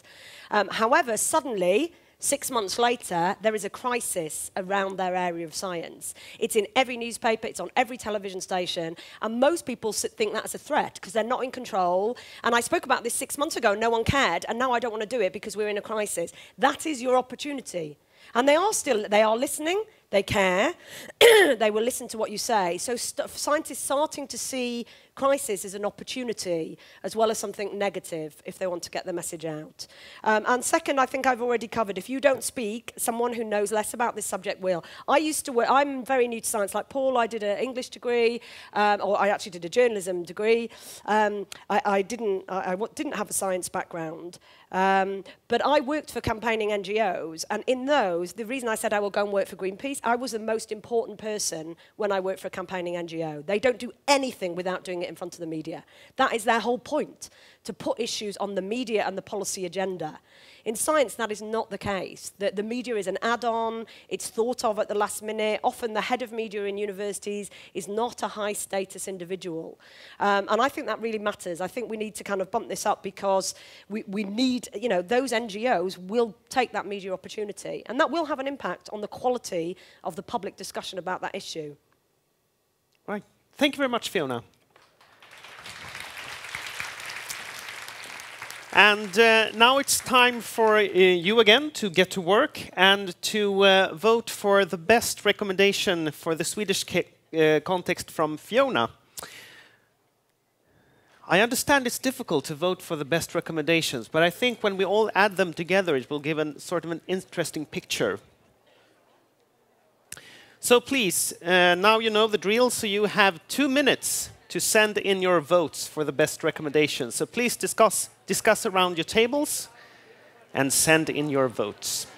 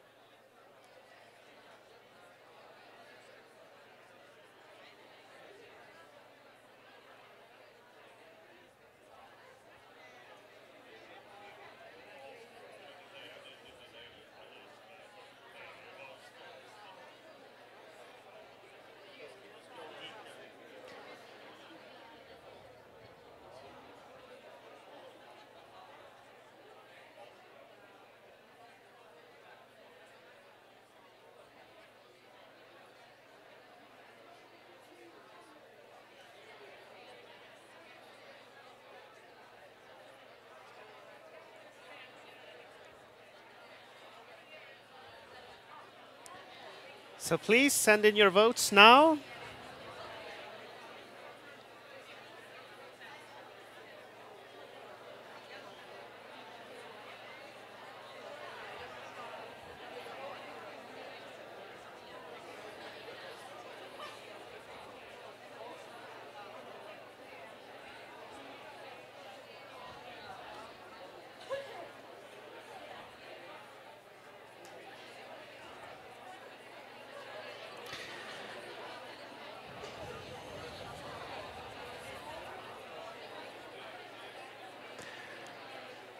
So you have another 30 seconds to send in your vote.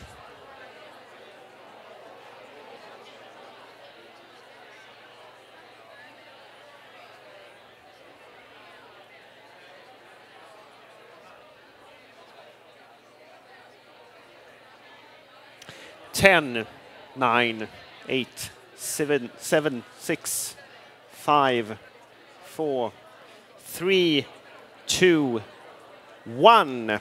There you go. And we now have voted for the recommendation from Fiona Fox. May I have your attention again, please, because now it's time for you to take another 2 minutes to send a question to Fiona, to the panel, later on this afternoon. So 2 minutes again for sending a question to the panel later on. What would you like to ask Fiona Fox?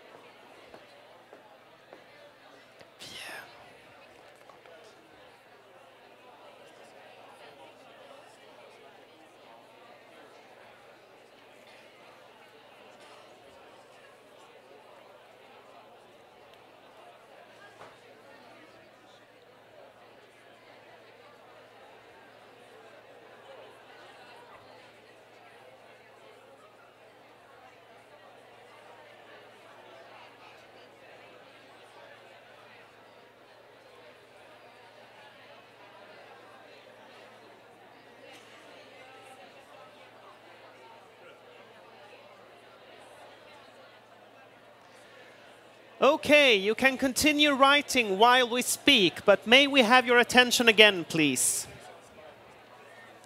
And can we have the screen back to the...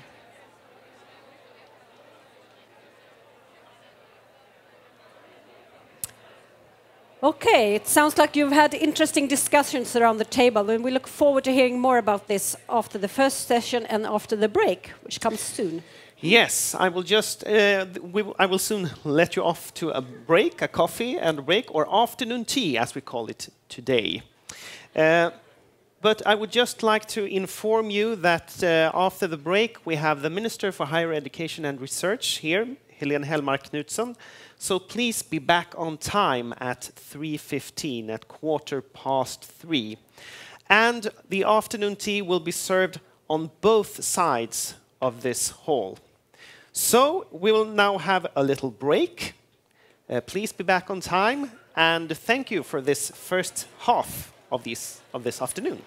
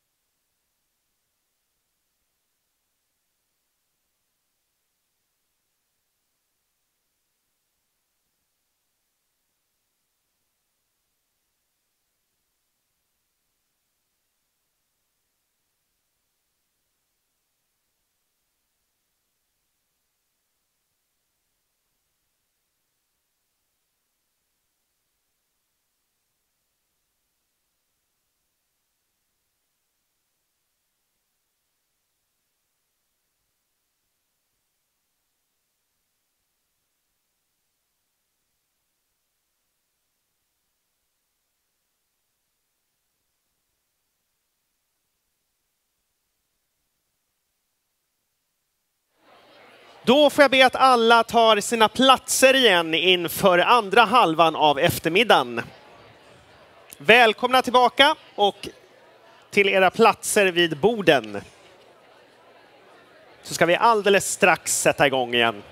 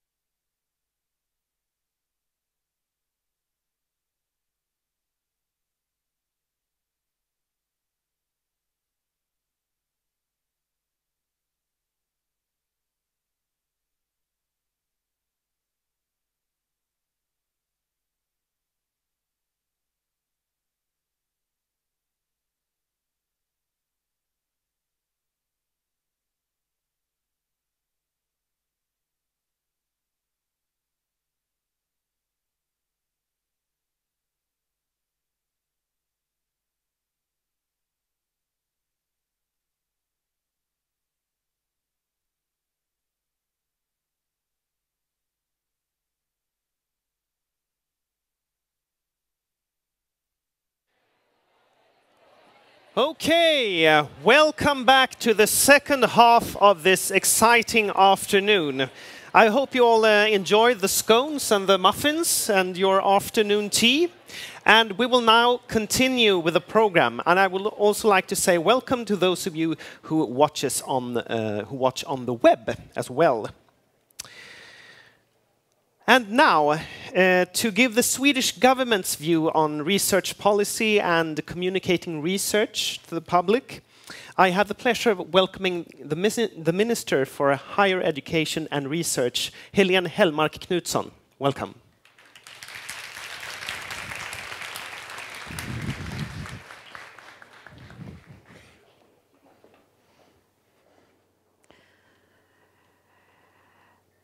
Thank you very much. It's very nice to be here. I will not complain about the weather. It's perhaps good when you have something called London calling. You need some rain. I would like to start to thank you for inviting me here today. And I believe that the topic of this seminar is of very high importance for both science and for our society. And it's nice also that we have the opportunity to listen to our colleagues from London. I would like to start with some words on the Swedish research. The Swedish government is committed to continue the important public investments in research that the former last government started. And now we are starting the work on the next research bill. To remain competitive in the future, Sweden needs to recruit the next generations of scientists. This is of high importance for the government. But how can we inspire young individuals to become scientists and innovators? Some areas are already highlighting and how to give young scientists good working conditions and how to make science more gender equal. But our future as a research nation is also depending on how the university sector and its researchers engage with and communicate with the rest of the society. And our continued investments in research need to build on the confidence in research among the public. According to the SUM surveys conducted by Göteborg University, the Swedish people have a stable and high confidence in Swedish scientists. About 64% state that they have a high confidence in researchers, which is a higher figure than most other professions, such as teachers, engineers, economists, and journalists. And I don't know the figure for politicians, but perhaps not 64%. But scientists are truly popular. And in general, Sweden also have positive image of science and believe that research make a very positive contribution to our society. But it can never be taken for granted. Trust and confidence can easily be lost. A slightly worrying trend, for instance, is that the confidence in science has decreased somewhat in the last 10 years. And for many governments around Europe, it's not possible to invest in research in these hard economic times. But through science communication and public engagement, we can involve a larger public in the discussion about research and science and build confidence for the future. But I also want to say some words about the power of inspiration. We need to encourage our children to become interested in science, to study, and maybe to later on choose a research career. Many studies actually support that the basis for becoming a university student and developing an interest in research is based on developing a strong foundation already in primary school. Therefore, we need to give our children a solid knowledge foundation at an early age, and we need to inspire them so they might become interested in choosing science and research when they become older. Many anecdotes tell us how individual scientists, including Nobel Prize laureates, first develop an interest in science through an especially inspiring teacher. Children are curious, experimenting and eager to learn, and we need to support this in our schools. Clearly, there can be many different ways to achieve this. To encourage children's interest in science, they can be allowed to become researchers themselves in the classroom. They can perform suitable and real experiments or collect information for scientific projects. In this way, teaching does not need to rely only on one-way communication of information. Instead, it can show children at an early age that they themselves can be active participants in research process, and that can be really fun. Public institutions can also participate in this. The Nobel Museum, for example, offers courses for school classes to test being part of simple research processes. And many other museums offer similar learning experience for children. There is actually one other factor to consider when asking how to inspire young persons to become our scientists for the future. Young people need to feel that it's important and exciting to be a scientist. They need to learn that scientists are normal persons, but with extraordinary jobs.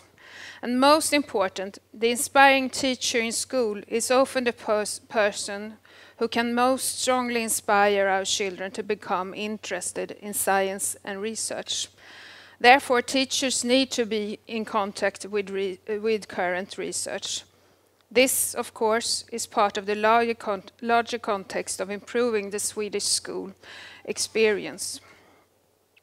When it comes to public engagement, Sweden has already created some legal support for this task through a clear legal requirement that states, among the tasks for the universities shall be to engage with the surrounding society and to inform about their activities and work towards ensuring that the research results achieved within the university shall become utilized in societies.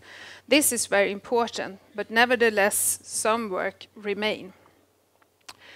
For example, does it really have a positive merit value for university staff to engage in such activities as public engagement? Or do university promotion boards sometimes regard such public engagement as a distracting activity from research? These are all issues that we need to look into when we ponder up the next research bill. I also believe that individual researchers can do many things to participate in public engagement. For example, they can choose to publish newspaper articles discussing the research. They can participate in science festivals like this, or work with museums that exhibit scientific work, or participate in public lectures and discussions. Universities as organization can also do a number of things to ensure that they engage with the public. Their key strategy documents can be formulated so they stress the role of a public engagement. Universities can also formulate policies so that staff is valued and promoted for their public engagement activities. And university can give training and support, if needed, to individual academics. So, for summing up this, our government values and encourages public engagement by scientists. Sweden is a very strong research nation today, but it can grow even stronger if encourages increased public engagement. It is important for university to engage with the public, as it is for the public to engage with the university. Thank you very much.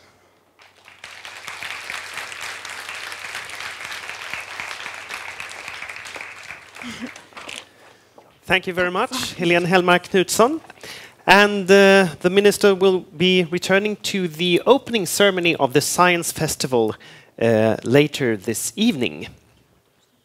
But now we will continue with the program and introducing our next speaker.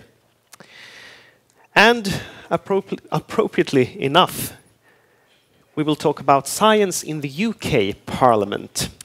Yes, it's my pleasure to introduce you Dr. Chris Tyler, who's Director of the UK's Parliamentary Office of Science and Technology. POST, which is the acronym, has supported parliamentarians in their decision-making since 1989. And Chris will tell you more about this work. Welcome on stage.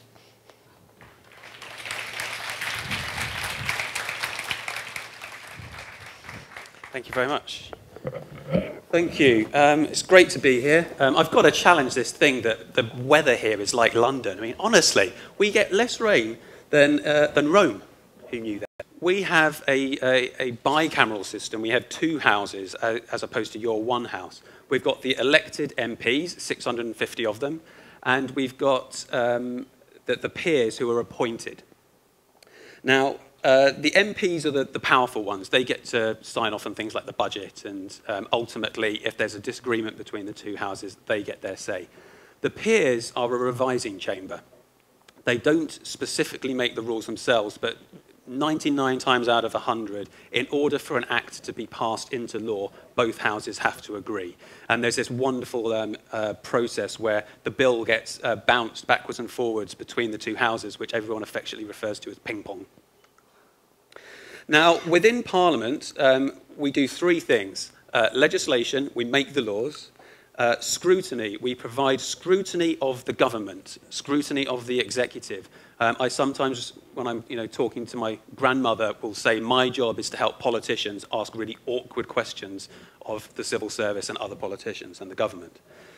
And it's a forum for debate. Elected representatives standing up in a very public forum where, crucially, they cannot be sued for what they say. And it gives them a really important platform for essentially public debate, since most of the debate that's happening there is taking part between elected representatives. There's a wide range of science advice that takes place in this parliamentary machine. We've got the select committees. We've got select committees in the House of Commons, select committees in the House of Lords, covering a whole range of topics, including 2 committees dedicated to science and technology. And each of those select committees has specialist advisors. The Energy Select Committee, the Crime, the Home Affairs, Justice, and the Science and Technology Committees all have specialist advisors working for them. We also have a library service. It's actually more of a research service. It just happens to be located where all the books are. And in the House of Commons in particular, they've got about 100 people who provide responsive advice to politicians when they need something. So if a politician needs to know how many people in their constituency went to prison last year, or flood, call the library, really quick response. And there's a science team in the House of Commons library. There's about 6 or 7 of them. But around 80% of their work is turning around questions within 48 hours. It's extremely fast-paced stuff. They don't have time to do sort of detailed analysis work, and I'll come back to that because it's part of the key role of the bit that I run. And then we've got these sort of weird ad hoc organisations called all-party groups, which don't formally sit inside Parliament, but all have a lot of parliamentary membership. And the very first one ever to be set up was actually one looking at scientific issues back in the 1920s. And there's now well over 600 of these things. Some are more active than others. But they provide a really good platform for debate in Parliament on a whole range of issues, many of which are around science. And then there's the bit that I run. And you'll notice the difference. In most of the places, it's either Commons or Lords. We've got our own HR system in the Commons, an HR system in the Lords, a select committee system in the Commons, a select committee system in the Lords, and a library system in the Commons. And Post is bicameral, which is really weird for Parliament. It's basically us, the police. I think that's about it, that is bicameral. And our job is to help parliamentarians make use of evidence. Just think about that for a minute. How many parliaments around the world have a unit inside the parliament whose sole job it is to help parliamentarians make better use of evidence?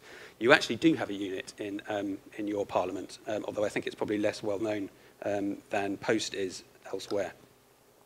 Post was set up in the 1980s, originally as a charity, brought into Parliament in the 90s. And to provide us with the kind of political cover you need to operate long-term in a place as fiercely political as a parliament is, you have to have a board. We have a board of MPs and peers and external experts who oversee the work that we do, set our long-term strategic goals, make sure I'm doing my job properly, and provide us with cover so that science can't become a pawn in sort of funding wars internally. There was an attempt to take away a chunk of our budget in 2012, and a debate on the House of Commons floor said, no, we will not have people taking away the budget of the Parliamentary Office of Science and Technology. And we would not have been in that position if we didn't have this board. We cover a wide range of sciences, including the social sciences, and we do 6 things in Parliament. The first is science advice. We work with select committees and we work with the library. You remember I mentioned that the advice that takes place in the library, most of it gets turned around really, really fast. Now, we don't want to get swamped by that. So if an MP calls us up and asks a specific question, we tell them to get their bags and go somewhere else. We don't want to answer that question. We'll send them to the library. Now, the library, if they can't answer it, or if a select committee has a question, or if a group of MPs want to know something, that's where we come in. We're the sort of the last port of call for science advice. I've got an office full of the most insufferable geeks you've ever met, who know everything about everything. And they're a great, the knowledge they have. I remember when I first started, there was a huge debate about badgers. And I walked into the office of my biological sciences advisor and I said, "Oh, Pete, you've been around a while. This debate can't have come around all of a sudden. It must go back." And he said, "Yes, Chris, in the 1950s. And then he just gave me this long history of the debate on badgers in the UK. That's the kind of people I'm working with. And they are absolutely fantastic. They're the last port of call. If somebody really needs to know something, they get a call. In providing that advice, you have to be really knowledgeable. You have to know your stuff. And to do that, you need time to go out and ask questions. You need time to go to conferences. You need to have time to read the academic literature, the kind of time that it's quite hard to get hold of if you're just constantly answering questions. So we need to make that space for ourselves. When we're providing advice directly to parliamentarians, we can't just act like the know-it-alls we like to think we are. We also have to acknowledge the fact that science doesn't give us all of the answers.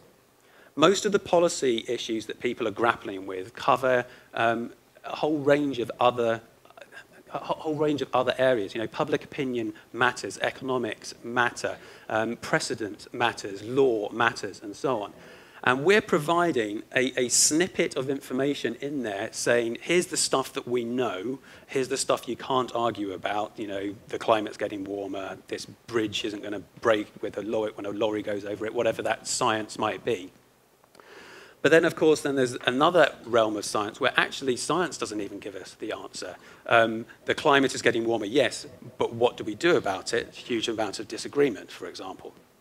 So acknowledging that uncertainty only adds to the level of trust that exists between the knowledgeable science advisors on the one hand and the politicians on the other. And the third thing is reference to Roger Pilkey's thesis that science advisors should be honest brokers. Now, I actually disagree with him on this because he's talking mostly about government science advisors who I think when they're most effective do actually tread on the line of policy advocacy because you have to when you're dealing in that kind of fast-paced, single-issue environment. But when you're working in Parliament, where there's 1,000 politicians, all of whom are equally as important as each other, who come from the left of the left, of the right of the right, and have a wide range of interests, we can't make policy recommendations because any policy recommendation I made would immediately annoy half of Parliament. So we have to act in this honest broker way, which means corralling the evidence, placing it in a policy context, alongside all the various policy options, and then taking a step back and letting the politicians make that decision. That's really how we operate. Another aspect of what we do is analysis. The most popular forum for our work is the post notes. That we produce. These are the 4-page documents, and I brought a stash of them here. So if you want, I'm going to leave them. When this is all over, we have to run to the airport, so I'm just going to leave a bunch out here, and first come, first serve. They're these 4-page documents, and the reason they're 4 pages is it turns out that politicians won't read anything longer than 4 pages. And they bring together what research evidence is out there. They place it in the policy context, and that's it. But that's actually a really difficult thing to do. And the process for this is so rigorous. We have a PhD student who'll come and join us for 3 months. They'll spend a couple of weeks doing a literature review. Then they'll go out and meet 20 or 30 people for a series of 1-hour interviews. They'll come back, they'll draft up a note. They'll go through 5 or 6 people from around Parliament, get ripped to pieces, will just make this poor PhD student cry, put it back together again goes out to external review. Scientists hate the peer review process because they have 2 or 3 people reviewing their paper. These things go out to around 30 people to get reviewed before coming back. Scientists, policymakers, people in industry, all over. Provide that comment, gets rewritten again, then it comes to me, gets rewritten again before it ever goes out. And the reason we put all of that effort, that 3 months of work into producing just 4 pages, is because by the time it comes out, it's right. And politicians trust it. And we don't have situations where politicians turn around to us and say, oh, yeah, but you've got that wrong. Or, you know, 3 years ago, you got this thing horrifically wrong. Why should I trust you now? We've been producing these things for 20 years now, and politicians just treat them as fact. And that level of trust is absolutely critical when you're doing advice. So the detail of the analysis helps inform the advisory work that we do. So we have to be really rigorous when we're doing this analysis. We have to be super, super impartial. We cannot afford to produce a sentence which sounds like we're supporting something that might come from the right or something that might come from the left. Everything is really carefully checked over to make sure it's not party political in any way. And this trust issue, I keep coming back to it. You cannot do a decent job of science communication to politicians if they don't trust you. That is the prerequisite for everything. Horizon scanning. Now, I've touched on the fact that we have more time to do this kind of stuff than other bits of Parliament. So the UK Parliament has charged Post with doing its horizon scanning for it. This is a relatively new area for us in terms of labelling it horizon scanning. Obviously, a lot of what we do is about horizon scanning anyway, but we're now talking about it explicitly. And when we do that, it's really important that we have a methodology in place so that we can justify the kinds of things that we think are important. Otherwise, people can turn around to you and say, oh, yeah, well, you would say that because you only spoke to those people. You know, we can say, no, no, no, here's a rigorous process that we have undertaken in order to come up with what we've got. And a part of that involves an appreciation of the timescales that politicians are working under. A huge amount of people working in the horizon scanning business, looking at policymakers, get obsessed with what's going to happen in 2050 or 2100. Actually, most politicians are only really interested in what's going to happen in the next 5 years so that they can get re-elected the next time. And that's no bad thing. That's how our democracies work. But you have to appreciate that when you're doing horizon scanning. So that the work we've got on at the moment is a huge program where we're writing a series of notes called Trends in Health, Trends in Defence, Trends in Education, Trends in Transport, Trends in Energy, blah, blah, blah, a dozen of them. Look at what trends are happening over the next 5 years. By 2020, where will we be? That's the stuff that they really care about. So one important aspect of the horizon scanning isn't to just identify sort of endpoints, but to identify processes that are taking us there. It's the trends and it's the drivers.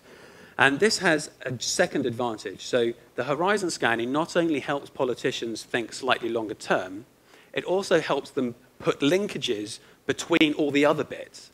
You know, the fact that the population is going up is important for housing and planning, it's important for transport, it's important for the health system, and so on.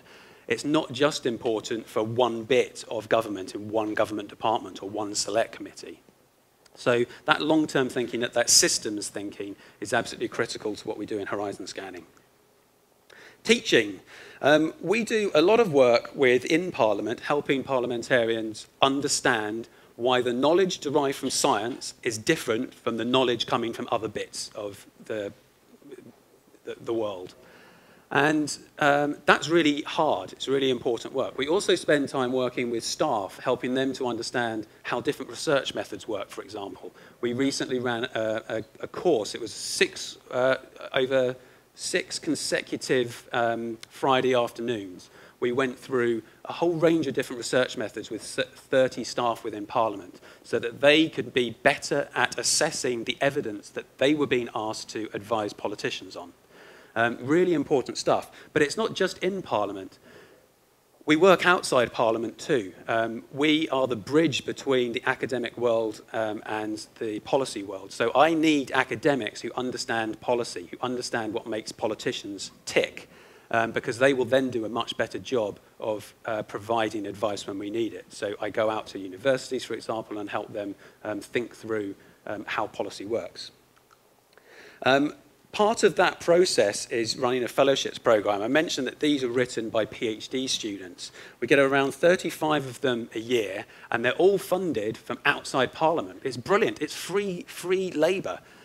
They come in for 3 months at a time and do one of these briefings, and they're funded by research councils, professional and learning societies, and they're fantastic. They're so energetic. They come in. It's impossible to work one of these fellows too hard, which is wonderful. And they leave with an understanding of how Parliament works. They go on in academia, they go on to do all sorts of different jobs, and we've now got an alum of approaching 200, I think, who have this shared experience and a deep passion about the relationship between science and policy, and they understand how the science works, and they understand how the policy works. And the longer we keep doing this, the more people will be part of that network, out in academia, out in the media, out in policy. Absolutely critical, and it's a long-term project. And the final thing that we do is about this building connections. I mentioned that we are the link between academia and policy. And I'm a firm believer that the best way to do that is to make connections between people. It's all very well us producing written documentation and throwing some leaflets around every now and then and sending people some emails and getting active on Twitter. But decisions get made by people over a cup of tea in England and a pint of warm, flat beer. That's how we make decisions, and it's the same all around the world. It's connections between people that really count. So we run events. We have exhibitions, seminars. My favorite are these breakfast briefings that we do. The only time of day that you can guarantee that a politician's diary won't have gone completely haywire is at 8:30 in the morning. So we provide them with caffeine and bacon butties. And stick them in front of 6 experts, lock the doors, and just have a good old ding-dong. That's really exciting stuff. Business cards exchange hands, and those relationships stick. It's really important. So in order to do that well, though, you need to make sure that the relationships are accessible, that the academics are accessible on the one hand and the politicians are accessible on the other. And that takes work. It takes us constant nagging of politicians to get them interested and constant nagging of the research community to get them in. You need to make sure that whatever you're doing is topical. So while something might be of interest to a scientist over a 30-year period, it only matters to a politician in a 5-minute window by comparison. Because the political cycle moves so fast. So if you don't make stuff topical, you don't get the interest. And come back to this point, I cannot stress it strong enough. It's about people. It's the relationships between people that really matter. So there's the kind of the list of things that I mentioned here. There's loads others, and I could stand up here for 3 or 4 hours and bore the pants off you on this stuff, because I love it so much. But we've been asked to come up with 3. So my 3 are, first, communicating science should also be about working with policymakers. So if you are working with science communicators, yes, engage with the public, yes, engage with the media, but don't forget policymakers. They're the people who are making public policy decisions that affect every one of our lives. The second thing is building on what Fiona was saying earlier. As a former scientist, I'm a big fan of plagiarism. That stuck. It took a while. Policymakers will only do science better once scientists start doing policy better. I started doing this about 6 months ago. Every time a scientist moans to me about how policymakers don't just get science, I just punch them. I'm so bored of it. There's no reason for them to get science except for how the evidence helps them do their job. But that's a really hard thing to get at. It's not straightforward. There's a whole academic area of expertise here about the relationship between science and policy, and they can't agree about how to do it. Okay, so it's really critical that the science community as a whole is working together to make its science more accessible to policymakers, and then that relationship will work. I read a paper over dinner last night looking at the barriers between science and policy, and it was some really interesting findings. The opportunities, the things that made the relationship tick, about half of them were about people, relationships between people, and the other half were examples of making the science really accessible, and that was good. Now, if you look at what the barriers were, people recognized that not making science accessible, not getting the information flow right, was a barrier. But nobody recognized that the lack of relationship was an issue. It's really weird. Where it worked, they went, it was great, we had some really good relationships. But where it isn't working, nobody says, oh, well, the problem is I just don't know the policymaker there who makes that decision, or the policymaker doesn't think, I don't know the scientist. It just speaks to this, this need for the science community to do a better job of approaching, not only corralling its research so that it's understandable in a policy context, but actually taking that to the policymakers and making those personal connections. And the third thing is that if we're going to do science advice properly, we don't just need to do the stuff in government well, we also need to do the stuff in parliaments well. Most of the science advisory infrastructures that have been built around the world focus on governments. In the UK, we have a chief scientific advisor, and every single government department has a chief scientist. They all get together and they're really good, and they've got their own teams and they've got their own research budgets, and there's science advisory committees built going into those bodies as well. And if I look around the world, all the countries that are beginning to take science advice seriously are really focusing on getting that governmental stuff right. Very few ever talk about the need for science advice in our legislatures, the places that make the laws. It's absolutely staggering to me. And we're in the process, actually, of a research program looking at how evidence is used in parliaments. There's been a lot of academic research looking at how evidence is used in governments, how evidence is used in government agencies, nothing on how evidence is used in parliaments.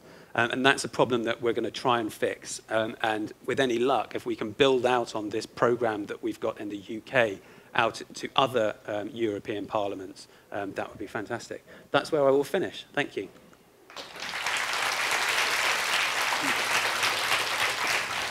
Actually, before you leave the stage, I have a question before we let go of the table working. Concerning the horizon scanning you talked about, could you give us some examples of trends you have spotted for the coming 5 years? No. No. As I said, we've just started that as a formal piece of work, and the focus on trends is new. So we've got 2 documents that will be coming out in the next sort of month or 2. One looking at trends in democratic participation, and the other looking at trends in transport. And then we've got another 10 after that due to come out later in the year.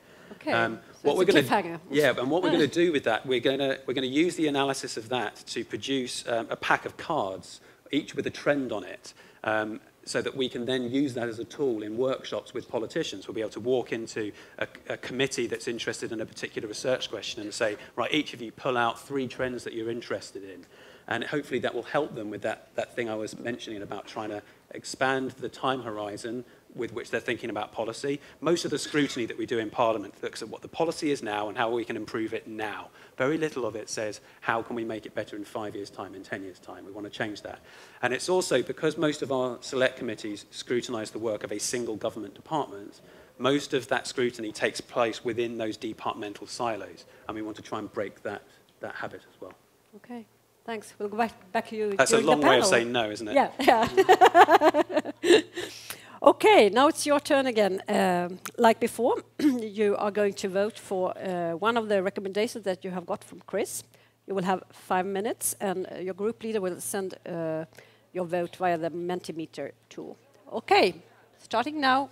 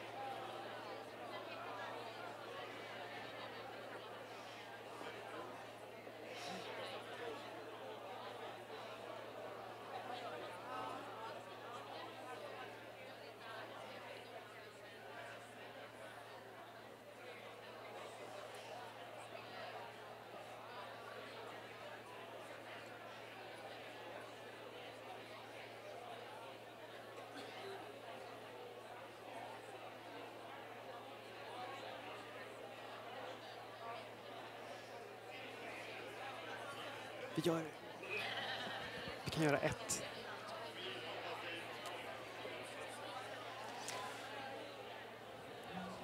Okay, can you round up your discussions and I'll give you 30 seconds.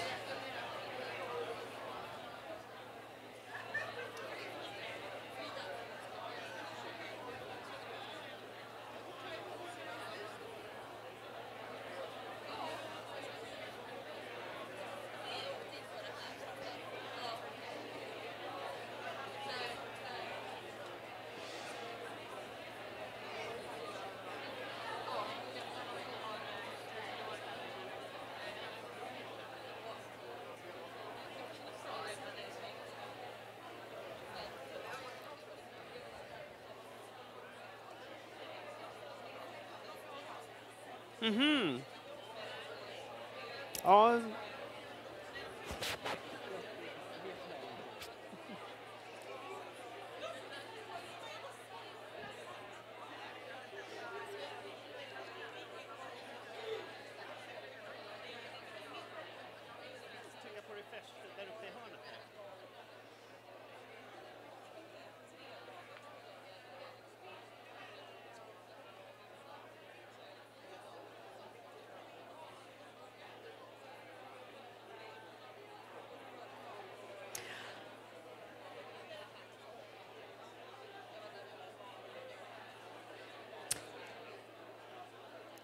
Okay, I think we will stop there. Okay, we will just hear from maybe the table over here. What were your thoughts and how did you vote? Anyone would like to share?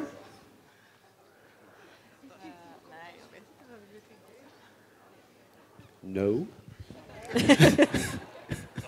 So much for interactivity. How about the table here? Would you like to say something about what did you vote for and why? These are all anonymous votes now.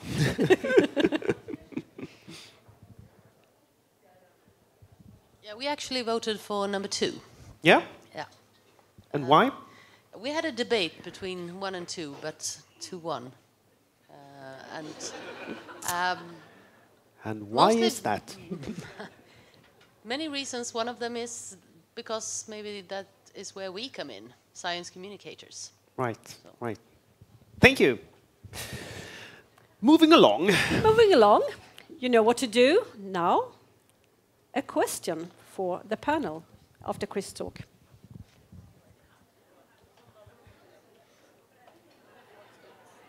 So take a few minutes again to decide on a question to send to the panel later on.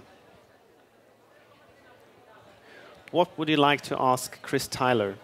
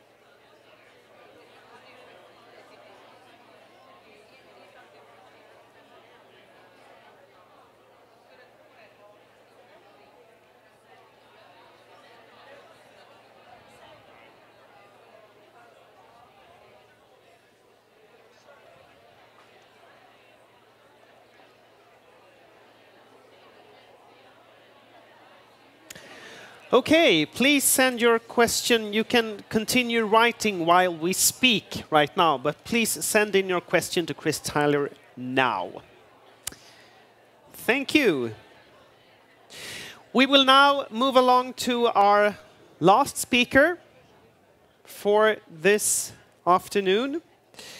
And she represents the institution that has been around for the longest time, perhaps. The Royal Institution has been captivating audiences, young audiences, for over 200 years, showing them the wonders and applications of science. And now we are going to learn how they continue that work into the 21st century. So please welcome the institution's Director for Science and Education, Dr. Gail Cardew.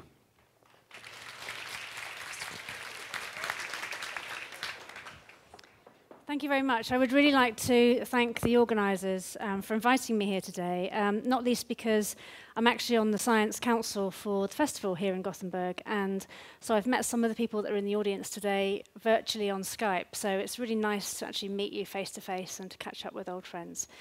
So when I was talking to the organisers about what I could speak about today, because you've already heard that the Royal Institution has been around since 1799, and I could have picked quite a lot of different projects to tell you about. They thought that it would be really interesting for me to just take you through one of the projects that's quite new for us, and that's kind of getting into YouTube and science videos. And I kind of rather playfully called my title of my talk, What No Cat Videos. And it is very playful because actually when we were doing this project, when we started to set it up about 2.5 years ago or so, everyone kept saying to us, oh, well, you know, cat videos, they're just really, really popular. Everybody loves cat videos. So we were like, right, so how does that work then for us? And as we kind of got into it, I think what we realized is that there is, as I'm sure you'll appreciate, you're all into science communication, there's a lot more to it than just trying to aspire to try and find the equivalent, the scientific equivalent of a cat video. So we haven't found the scientific equivalent of cat video, and we don't want to, basically. That's kind of my final point. So I will just spend a little tiny bit telling you a little bit more detail about the Royal Institution, because it will help you to understand why we have especially chosen this area to focus on.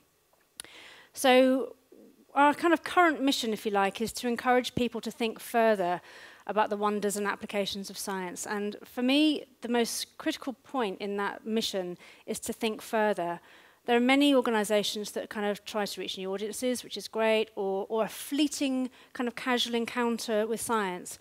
We're not that organisation. We're an organisation that really kind of tries to bring people on a scientific journey. And that might begin at a preschool age or a primary age student. It might start, someone's journey might start when they're in their sort of retirement age. But really think it's really important for people to just scratch behind the headlines, Fiona's headlines, and really delve deeper into kind of the wonder of science. We were founded in 1799, and our motto at that time was the diffusion of knowledge. And one thing that I'm quite proud of is that we let women into the Royal Institution from 1799 at a time where women were just excluded from all of this kind of debate. And we might think that's strange now, but it actually isn't so long ago that women, at least in the UK, were just not really able to take part in any sort of scientific debate whatsoever. Famous scientists worked at the Royal Institution. Michael Faraday discovered the electromagnetic induction. Humphrey Davy discovered 10 of the chemical elements in the periodic table: calcium, sodium, I think, chlorine, some others. Some of the kind of more widely known ones, not the ones down the bottom of the table that no one knows and remembers the name of. And so we've got, we have a reputation for kind of, 10 Nobel Prizes being awarded for research conducted on the premises, kind of really grand scientific research. But right from the very beginning, they were encouraged, and their main task actually was to communicate science to the public. And we've actually found some of Faraday's notes, and it's really interesting to think that, we think a lot about science communication, of course we do. But that thinking didn't start 10 years ago or 15 years ago. It really did start way, way, way back 200 years ago. When Faraday was in post, he was at a time when there was no formal education at all for young people in science. And so he started this thing called the Christmas Lectures. And we've run them ever since. Every year since 1825, we've run the Christmas Lectures. They're broadcast on national television, on the BBC, and for a long time, we thought that the first broadcast was in the 1960s, and literally within the last 2 or 3 months, we've got a PhD student who's studying the history of science communication, and he's found evidence that they were actually broadcast for the first time in 1936. And that is very significant for us because the BBC started broadcasting in November 1936, the BBC started broadcasting, and in December 1936 was the first Christmas lecture. So we think that it was the first sort of science on television. We haven't got any other evidence to the contrary, but if anybody else knows any stories that I don't know, then please tell me, because it would be nice to know. So with that kind of, backdrop, if you like, of communicating science, broadcast, telling stories about science through the Christmas lectures, thinking further and more deeply about science, we just thought it would be quite a nice experiment to see what science looks, feels, looks like on YouTube. So we started a science channel on YouTube about 2 or 3 years ago, and we're now at a stage where we have 125,000 subscribers, and people are watching our content. Millions of people are watching our content all around the world. And to give you a kind of context about what that 125,000 subscribers is, I think we are way ahead of any other scientific or cultural organisation in the UK in terms of number of subscribers. We're not even on the radar when it comes to kind of the celebs and kind of people doing all sorts of other things. But in terms of kind of science and culture, we are, and organisations, we are quite well advanced in our space, and that's me being a bit modest, but we're quite pleased. Let me put it that way. We're quite pleased with what we've done so far. So, in a kind of new media, blog, digital kind of type of presentation, I thought it would be quite fun to design my presentation as a kind of BuzzFeed-style top 10 insights, tips, thoughts, anything that I just wanted to share with you about our experiences. And it was also really quite handy that actually I only had 10 things to say. So thanks, BuzzFeed. So the first thing is why video? So with the kind of ubiquitous nature of iPhones, smartphones, digital cameras, literally anyone can just take a video and put it on YouTube. That doesn't mean to say you should. At best, perhaps the video that you've got of some professor so-and-so doing something in the lab, at best, it won't be watched by anyone, and at worst, it might put people off. So it's not for everyone, and if you do want to go into it, you need to take it seriously, as you would do any other form of science communication. But if you do decide that you want to have YouTube as your kind of, to do video, then working on YouTube is a really very, very, it's such a huge player that you can't ignore it. I mean, you could put your videos on your own little web page and then hope, that somebody will come and actually watch it. They probably won't, apart from your grandma and your friends and things like that. But YouTube is so enormous now. I mean, it's got 1 billion users, and it's growing year and year on year at such a rapid rate. So it can help you connect your videos to a really very, very wide audience in a way that actually is quite mind-blowing if you have only the experience previously of working in a kind of very small organisation. So, as with all other methods of science communication, and as Paul mentioned earlier on this afternoon, it's really very important to think about what success looks like. I've just said that YouTube has the capability of connecting you with audiences. It also has the potential to get people talking and having conversations about your content in a way that perhaps, or in fact that you don't get with the traditional broadcast media. It can enable you to reach new countries, really expand your horizons outside of your own research establishment or your own town or city or your own country. It can be seen by lots of people. People often also put up videos not as a science communication exercise in their own right, but actually as a way of attracting visitors to their to their actual science centre or their museum, and that's okay.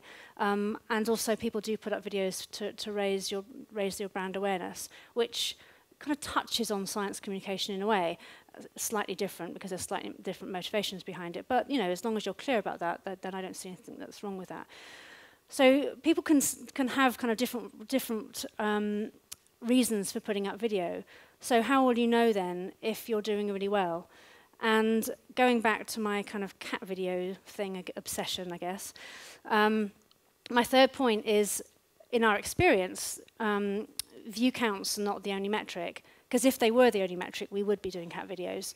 And so, you know, there are other things. I've already talked to you already about the number of subscribers that we have, and with such a vast number of subscribers, it does enable us to have a conversation, a more regular conversation with a large number of people. And some of our comments now that we have under our videos are stretching into the thousands of comments, which is also really very nice. Some metrics that some people use center on the importance of the percentage of videos watched on mobile devices, PC or tablet. I know some people who are obsessed with that. We're not actually. We're just you know, happy for people to watch our videos on whatever they like. But we do care a lot about demographics. And age is important to us. We do a lot of face-to-face work with young people at the RI, at the Royal Institution, from preschool up to school age. We've got a lot of that. We do a lot of kind of public work, but a lot of our public work is centered on either families or on kind of the older age. YouTube has enabled us to connect with a demographic that we have underserved in a face-to-face fashion, i.e. the 18 to kind of 35 kind of age group. And so we measure that kind of quite, quite often. And the male and female ratio we're also quite obsessed with, because despite the fact that we have lots of videos given by female scientists and male scientists or presenters, the overwhelming majority of people who watch our videos are male. And so this is something that we're actually thinking a lot about at the moment. How do we redress that balance? How do we make our videos a little bit more accessible to female viewers? And I should say that's not because the overwhelming majority of people on YouTube are male. It is the majority, but not as kind of heavily sort of swung as our YouTube viewers. Country is another thing that you might want to kind of focus about country, but the golden egg, actually, the biggest thing is the minutes watched. And so my fourth point is addressing the 3-minute video myth, because everyone in our experience when we started out was saying to us, your video has to be 3 minutes. No one on YouTube watches anything longer than 3 minutes. And so we were like, oh, okay. Let's make some video content that's 3 minutes. And then we were just thinking, well, actually, let's make some content that's a bit longer. Let's try 20 minutes. Let's try 40 minutes. Let's try an hour. And what we found is that people do watch content that's more than 20 minutes long and up to an hour. So the picture there you see there is Chris Bishop. He's giving a demonstration lecture on chemistry. And his video has got over 800,000 views. And the majority of those views are for people watching it for over 20 minutes. And so, yeah, this 3-minute video myth is just something that should just be sort of tossed away. So if you're thinking of making videos, don't think you have to make it kind of punchy in 3 minutes. Another reason why you might want to go for longer videos is that YouTube itself, their main method of gauging engagement is the minutes watched, the numbers of minutes watched. It's not, I kind of thought that it would be the percentage of the video watched, but it isn't. It's the actual numbers of minutes. And so therefore, if your video is being watched by a longer period of time, then it is more likely that you will rank very highly in YouTube's search engine. And it's also very likely that if somebody else is watching another chemistry video or whatever, that your video will be on the right-hand side as a related video, or if you've finished watching, it will pop up as a suggested video. So, yeah, there's kind of lots of people that are watching kind of short kind of things, but because our mission is encouraging people to think more deeply, then we kind of think it's brave to actually go the full length and do longer things. So my fifth point kind of rolls on really very nicely from that point, is there's 300 hours of video uploaded to YouTube each minute. And so even though it's a fantastic place to put all your stuff, your competition there is just really, really extraordinary. And so, you know, how do you get beyond that? How do you try to get these eyeballs next to your video? It is the length, but actually you have to be authentic about what you want to do. You have to be yourself. And, you know, you know yourself, you know your organisation, you know exactly what your organisation stands for. Stick to that, and then your video will reflect that, and it will be a better video. But also, I think, as Paul has already mentioned earlier, it's really very important to think about what your audience is and what they are, what they like, what they kind of enjoy watching, what they enjoy commenting on. And an example of that is that we started a slightly kind of side project at the beginning of, mid last year, which was a video project aimed at parents of preschool children. And it was called experimental. It's basically trying to encourage parents to be science communicators. So in the same way as parents might sit down and do arts and crafts with their children, we're trying to encourage them to open up a conversation with their child about some kind of science activity that they're doing. And we put our videos on YouTube, kind of expecting them just to take off in the same way as all our other videos have taken off. And the first kind of lots of comments that we got were, so why are these videos here? I'm not a parent, I don't relate to this video. And then other people were stepping in and saying, well, you know, some people might be parents, blah, blah, blah.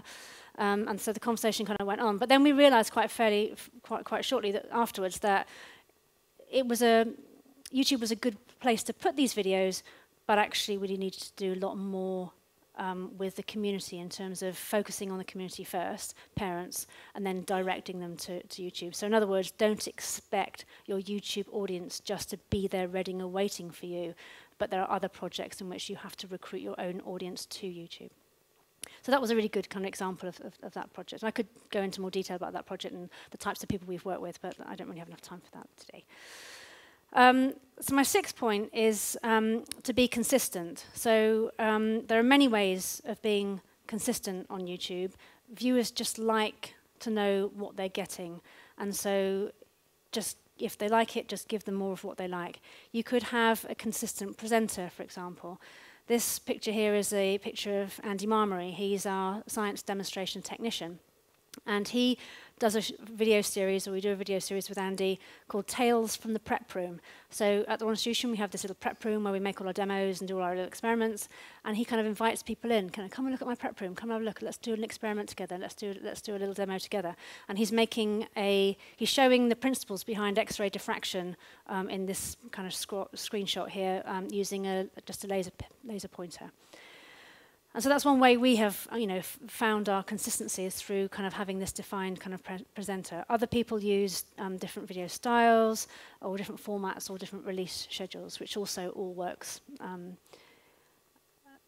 Number 7, my next point, is be organized. So once you've got your YouTube channel and you start populating it with video and you start getting subscribers, it's like this hungry baby that you have to feed regularly at regular intervals. And so otherwise they kind of snap back at you and kind of, So it's very important that if you make a commitment to doing this, don't make it a one-off commitment. Think about it in the long term. Try and plan a series of videos. Try and be more organized. Plan it over a period of time.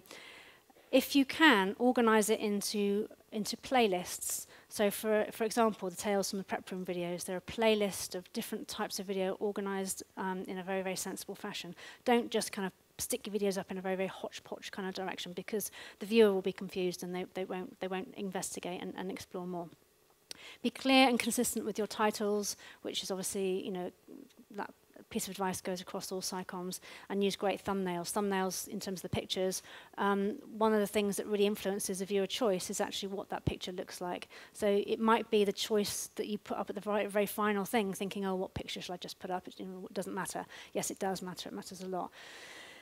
And then in terms of YouTube and kind of how YouTube can help you get your viewers, the YouTube algorithm uses tags. So when you upload your video, you have to upload tag words. And these are visible only to the algorithm. And they also, they're very specific. So for instance, if you put in the word biology as your tag, you would also need to put in the word biologist and the word biological. And if someone wasn't very good at spelling and you noticed that they were spelling biology the wrong way around all the time, you put in the common misspellings as well. And that kind of aids kind of the algorithm. And the more accurate you are with your tagging and with the algorithm, the more likely the people will actually find your video and start watching it. And in terms of this accuracy, the final point on this slide, closed caption files, these are the subtitles, if you like, that YouTube adds. So it makes it up as it goes along and as the video is playing. And you might expect it for science to be really quite difficult because of all the terminology. Well, it's not bad. It's not terrible, but it's also not very good. So and again, if you want to increase accuracy, you're really better off putting your own subtitles on or using the transcript. Because if you upload a transcript, YouTube is actually very good at matching the transcript with the point in the video. So that's another tip. So my 8th point is collaboration. Again, Paul's already mentioned this, and it's no different on YouTube than any other SciComm activity.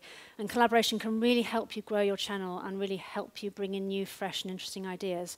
So if you can get the opportunity, work with other YouTubers, work with other people that are interested in science online, or not even science. And in the early days, we collaborated with an organisation called All Time 10s. I don't know if anybody's come across them, but they do things like all-time 10 scariest roller coasters, all-time 10 greasy breakfasts to have in London, just really strange kind of weird things. I think one was recently something like all-time 10 reasons why partners fall out or something like that. And we collaborated with them to do all-time 10 unanswered questions or something like that. And it was a really very good way of us to kind of produce the content for their kind of format, and it brought in a really good audience. Another recommendation is to respond to other YouTube videos. And so if you are going to be on YouTube, you have to really take it seriously, and you have to kind of be in the community. And so you have to kind of go along and see what everybody else is doing, comment on them, liaise with them, kind of make yourself kind of more widely known. And that's difficult, actually, because the resource required to do that is really quite intensive. So we do it a little bit. We probably could do a lot better. In fact, I know we could do a lot better. But, you know, we just can't afford to have one person spending the entire time just doing that, because it's very resource intensive. You might want to think about guest stars for your videos. That's kind of quite obvious, but remember that some of the celebrities that you might have in your own kind of sphere of work might not be international celebrities. So don't be surprised if you kind of think, wait, we've got Professor so-and-so, he's so amazing, or she's so amazing, and then find that the rest of YouTube doesn't really care because it's, you know, they don't know who that person is. So often a YouTube celeb is a different type of celeb than you know, your usual science celebs, put it that way. And also kind of collaborate. Don't forget your like-minded organisations. So we have worked a lot with universities, for instance. Universities are great places to find really interesting stories. So we often kind of go to scientists and researchers and just say, tell us about your story, tell us what you're doing, why you're doing it, why is it interesting, why should people care about it? And they can, you know, result in some really good, interesting things to work with. So my 9th point is kind of builds on to that kind of, you know, the bit about the resource intensiveness, the conversation.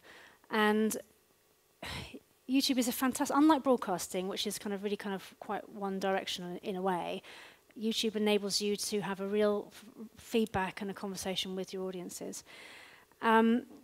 But it's really interesting that some YouTubers have decided to switch off the comments policy. And at first I thought that was just really weird. Why would you put up a video if you didn't want people to kind of tell you what they're thinking or you know, their ideas or their suggestions for kind of further work or something? Why would you turn it off? And I kind of realized that actually when we started making lots of videos, some people can be really nasty on YouTube, really nasty. And we had one of the experimental videos I was telling you about earlier. one of the children in there that we filmed was an autistic child, and some people were really, really nasty about this child. And so we then developed, as a result of that, a comments policy in which we really felt that we had a duty of care to the people that were presenting with us. And so we don't, we're happy to put up leave controversial topics, but we draw the line under ones that we think are completely unacceptable because they're criticizing the people that are in our videos. So again, think about that kind of thing before you put videos up, and how you might deal with those scenarios before you're faced with them in the reality. And then the final one, in terms of making more videos in response to what your viewers are saying, this is something that YouTube recommends. We're having quite a lot of dialogue with YouTube at the moment, and this is something that they think is something that you should do. So we made a video about a year ago on the nature of consciousness, and in the video we at the end said, of course, consciousness raises lots of questions, and if we haven't addressed any that you have in the video, then write in the comments section what you're interested in, and we'll make a follow-up video. And so we did that, and we put the follow-up video, and I don't know, people didn't really care much in the follow-up video. So it was kind of really weird that they cared a lot about watching the first video. They cared a lot about putting down their thoughts, but they weren't really that interested actually when we made the follow-up video. So I think this is a kind of new space in terms of actually how you connect and remain connected with your audience. And so it's very much about experimentation. It's very much about testing things, trying things out for yourself, seeing what works, and sort of maybe doing things differently if it doesn't work quite as well as you thought it would. And then my final point really is a thread that's been running throughout today, which is the impact question. Because, as I've shown you already, it's very easy within YouTube to measure your reach. So we know, for instance, that we have X number of subscribers. We know that 34% of our videos are being watched in the US, that 20% of videos are being watched in the UK. We know a lot about the demographics of our audiences. And some metrics do help to measure some sense of engagement. So we can use the number of comments per video, we can use the number of likes, the numbers of shares, or whatever. But how do we know that they're making a difference? How do we know if people are learning? How do we know if it's making them think more further, more deeply? Well, we sort of don't, because there are so many comments. There are thousands and thousands and thousands of comments. It's not really the same, and it's not the same as having a face-to-face conversation with somebody. So we're thinking about this a lot at the moment, and I've just commissioned a scoping study to find out how much research has been done in this area in terms of what people have published, thought about in terms of YouTube so far. And as a result of that, when I get that scoping study in, my next step will be to see if there are gaps in terms of how one might construct a way of measuring impact kind of more clearly and more sensibly. And I think it's not about box ticking for us, don't get me wrong. I think we want to know if we're having impact, because we want to know if it's worth spending more money on it, or it's worth us spending our efforts on it, if people are valuing what we do, if people are really kind of getting stuff out of what we do. And there's no point in continuing with this if we don't really can truthfully answer that question. So watch this space. That's something that I'm going to be doing hopefully within the next year. So that's the end of my top 10s. And now I'm going to finally move on to my 3 recommendations, which have nothing to do with my presentation, by the way. They're based on kind of my thinking more generally about some of the other areas that I do and what keeps us all awake at the night, or what we talk about over coffee at the Royal Institution kind of on a Wednesday morning or whatever. So my first thing is, and some of these have been kind of, in some form or other, have been talked about already today. My first one is that I meet so many scientists that say, oh yeah, my little hobby is to kind of talk to some children about science or whatever. And I kind of think that's the wrong kind of approach. I think scientists and engineers have a duty to communicate and to be much more engaging with the public. It doesn't have to be, to the extent that they're neglecting their research duties, but the internal clock has to be that they value as a core part of their work, not an add-on, not an added extra. My second thing is, I mean, we're a charity. We get lots of money from lots of different sources. And we come across this in terms of our pressures from our funders to do something that's short-term. Short-term, quick results, please. We'll do it once. We might do it a second time, but actually then it becomes not a new idea, so move on, forget it. And it kind of really annoys me that, you know, it needs continuous investment to flourish. If you're trying to think about how you can change the society's relationship with society, you can't do it just because someone's gone to a lecture. You start at the very young, and it's a continuous kind of investment in society over someone's lifetime. And it takes money as well. You can't do it on a shoestring. You can't. It's no longer something that people do, you know, with a few coins that they found down the back of a sofa. If you're doing it properly, you need to be properly investing in it at a proper level. And my third point is, it's a bit tongue-in-cheek, really, thinking about the boring sausage factory that supplies industry with labour. That was something that someone in my office kind of came up with as a catchy catchphrase. But it's of course, it's important that we try to inspire the next generation of scientists. Of course it is. The Royal Institution does a lot of work in this area, but it's not the only reason why people should do engagement. We've already heard today 2 excellent examples of the importance of engaging scientists with policymakers, and also the importance of engaging the scientists directly with the media. So there are very, very, very different ways in which people can actually engage with the public, and they are all important. It's not just engaging with young people. In the UK, at least, we kind of tend to over-emphasize that reason. And I think we should be more broader in terms of actually how we talk about public engagement and the priorities that we have on each type of project. So that's it. Okay, thank you for listening.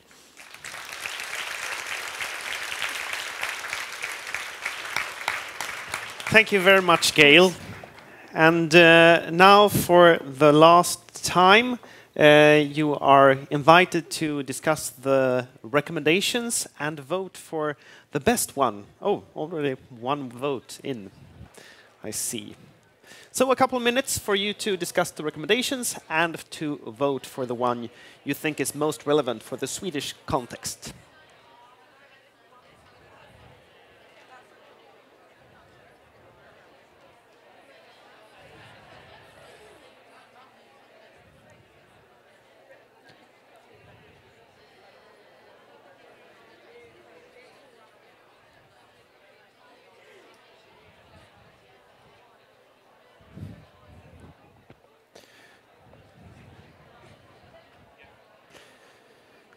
Kan du gå?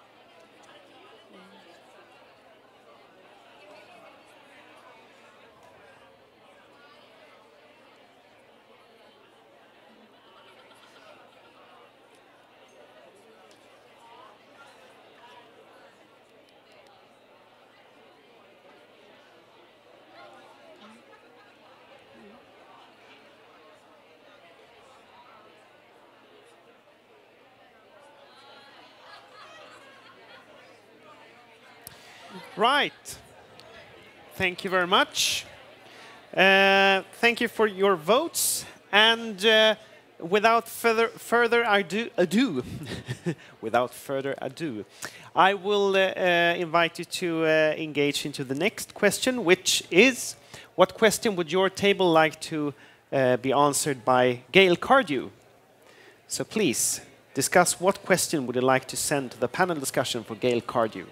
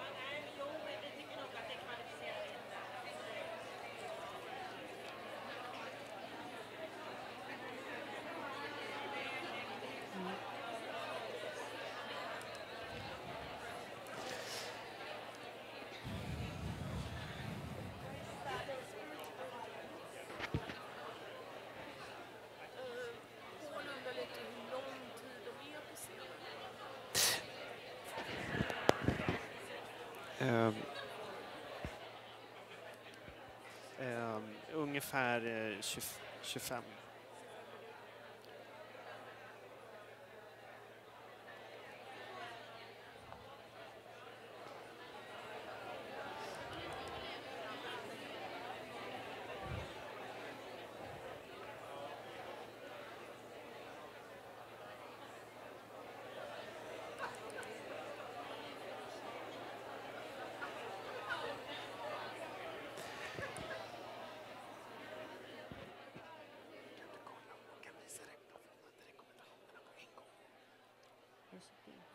Du går bort till teknik och frågar om de kan visa någon vinnande rekommendation. Ja.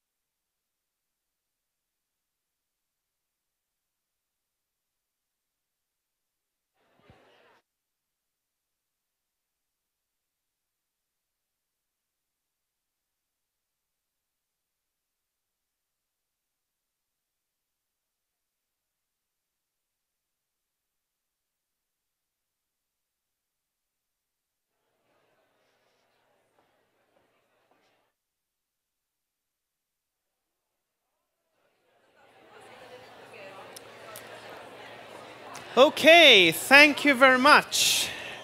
Before going into the panel discussion, we will just remind you of the winning recommendations that you have voted for.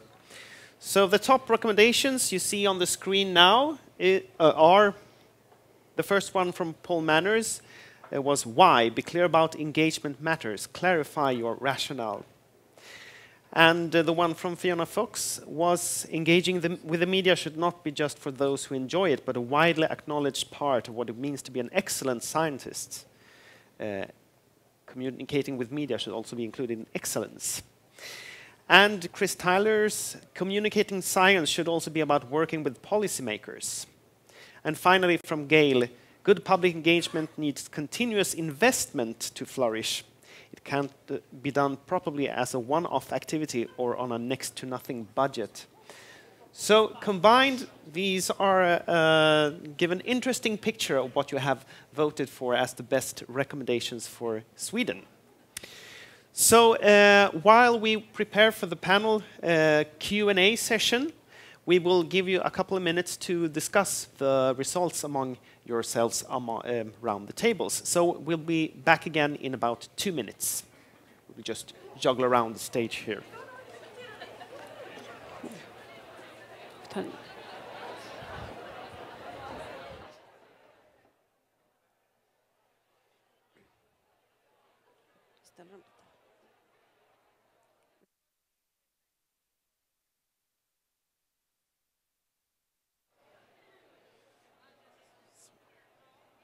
Just det, det kan vi göra. Så där någonting och så står vi...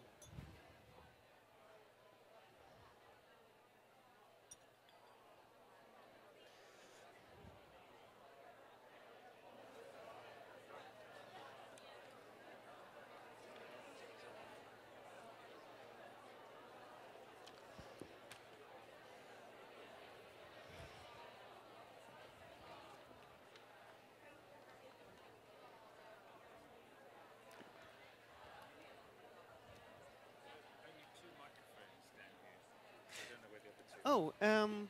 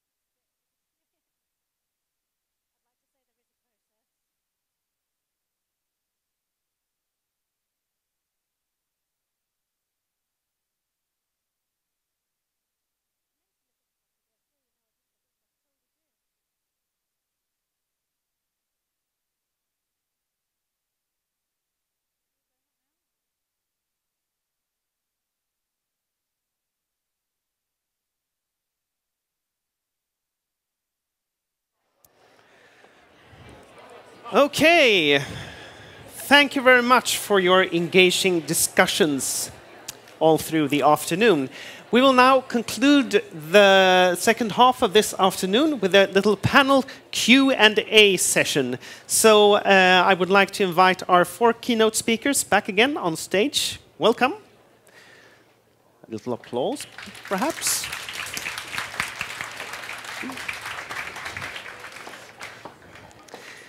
And we will ask you some of the questions that has been raised by you in the audience during this afternoon.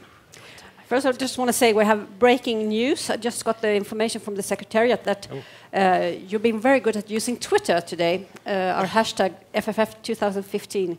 We are on 5th place in Sweden right now. Wow. So we are trending.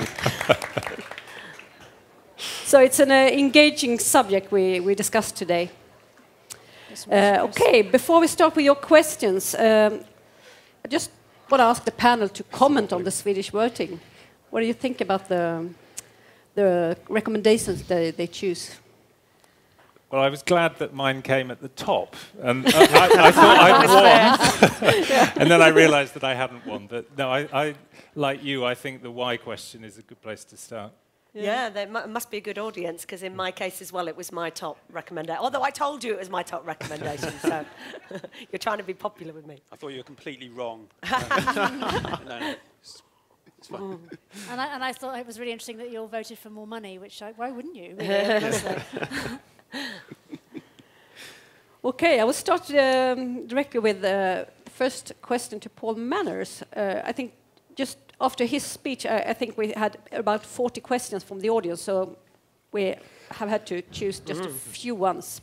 I'll pick with this one. What challenges and pitfalls have you experienced along the way? Yeah. Okay. Gosh, there are many challenges. I mean, I think I have aged considerably since I took up this job.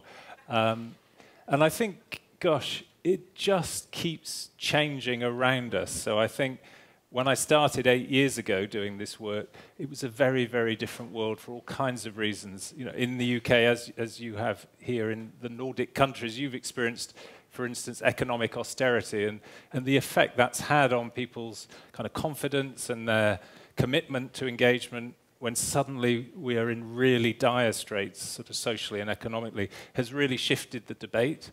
And I think you have to be really quick thinking. You cannot stand still. You cannot try to hold back time. You have to keep moving. So I think the biggest challenge is to kind of keep moving with the ways that the world is moving around you and to find new ways of inviting people to think about engagement and why it matters. So always going back to the why question and always opening a conversation. The thing I've learned is don't stand up and tell people what they need to do. Invite them to have a conversation about what they want to do and start from there. And I think if you do that, you can keep moving and you keep pulling new ideas in, and that really helps your work.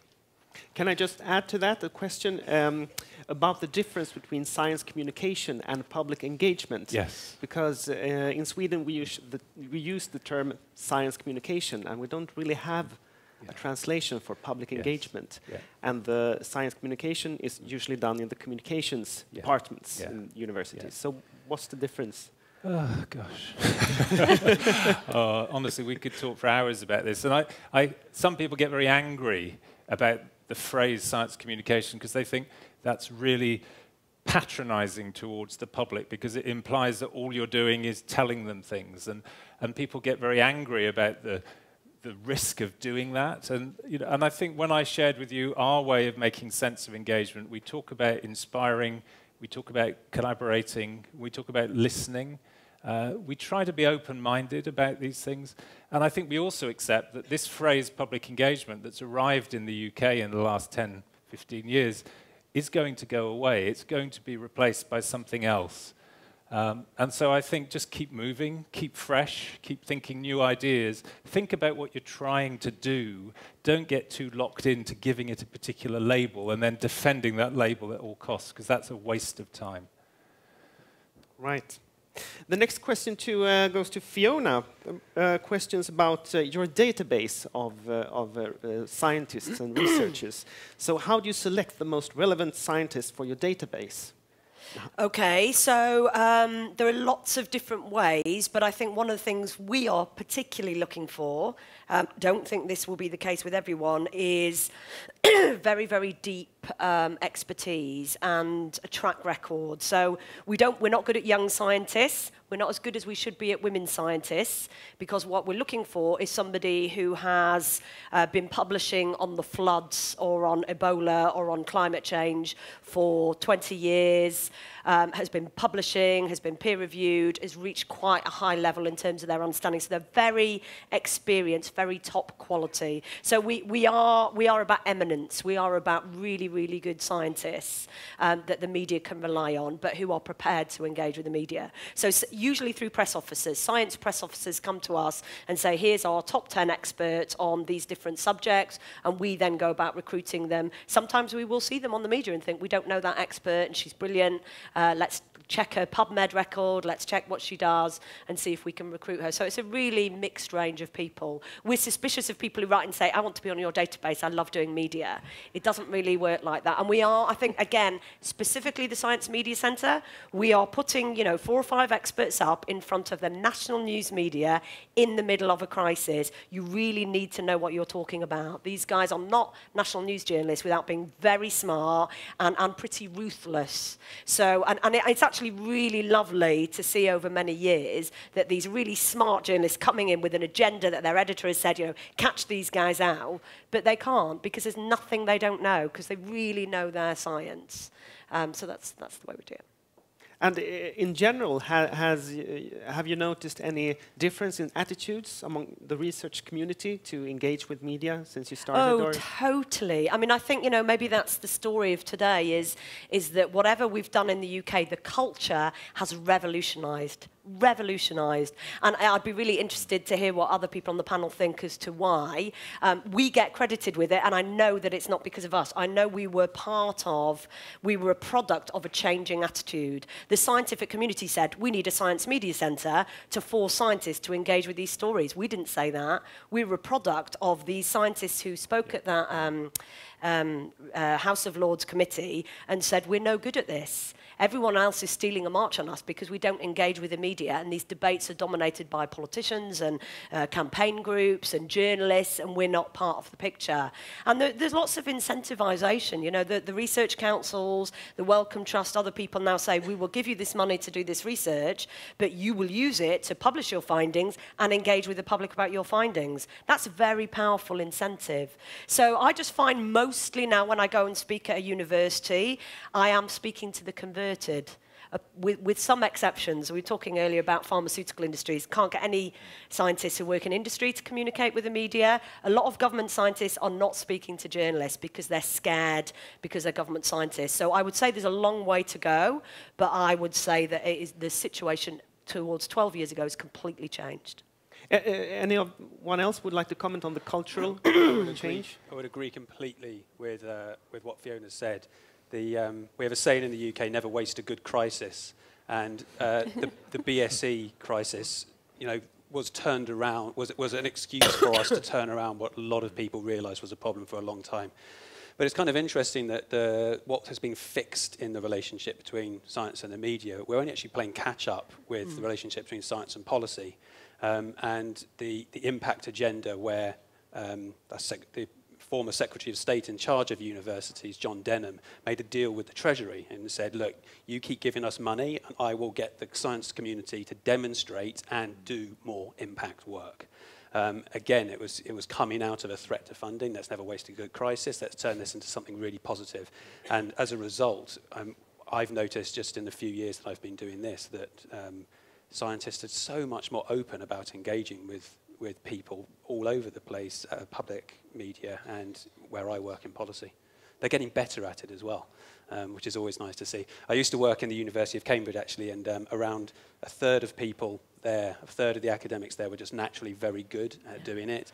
About a third were just so bad you wouldn't want them anywhere near anyone, just keep them in the lab. But interestingly, another third would have benefited from training, and only a few years ago that training wasn't available to them, and it now is. It's just routine, and that's a really positive factor. And on public attitudes towards research or outreach activities, have you noticed any? Well, I mean, as Paul said, we have a survey that monitors public attitudes towards research every few years. And actually what's interesting is that the more or less the percentage of people who say that they're really interested in science, understand the benefits towards science, has remained pretty much relatively high, and yet the people who still say that they don't feel informed about science still is really lagging behind quite a lot. So even though there has been a proliferation of different types of activity, not just the ones that we've talked about today, but just literally, I mean, we've got science communication activities everywhere in the UK. There's wonderful activities and wonderful kind of really innovative kind of different types of things. Even with all of that, there's this kind of lag period, and I think that goes back to what I was saying. One of my points is that this is a long game. You can't expect to suddenly have all this proliferation of all these activities and suddenly change the public's appreciation of science. It just doesn't work like that. You will probably see the benefits of this in the years to come. We have a question here from the audience concerning the role of the communications officer. This is to you, Chris. Do you have any do's and don'ts for communication officers when helping scientists to communicate with policymakers? How long have you got? Yeah. One of the things I mentioned earlier was about acknowledging uncertainty, and I stand by that. It's really important to show humility in the face of the challenges that policymakers are facing, and understand what the uncertainties are in the science. But that doesn't mean stick 1,000 caveats on every statement you make. And some people quite often make that mistake. It's important to recognize uncertainty. Don't undermine what you're saying by completely overloading it with caveats. Another piece of advice I give scientists before they go and talk to policymakers is don't assume that you can just start a policy from scratch. The guy I mentioned earlier, Secretary of State John Denham, tells his story about when he first became a government minister. He was put in charge of pensions policy, and he thought, right, first thing I'll do, I'll go out and I'll talk to a bunch of really smart people about pensions policy. And he went and talked to academics working in the space, and he said every single one said to him, well, what we need to do, if we were going to start from scratch, this is how the pension system would work. So I can't start from scratch. It is the way it is. You have to do incremental change. It's like that in the vast majority of areas. So that would be a second observation.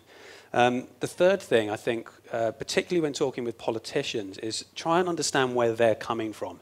Certainly in the UK media, politicians get vilified, and I think completely unfairly. I mean, I know a lot of politicians, and I have yet to meet one who doesn't care deeply about making their local constituency or the UK or the world a better place. They just disagree about how to do it.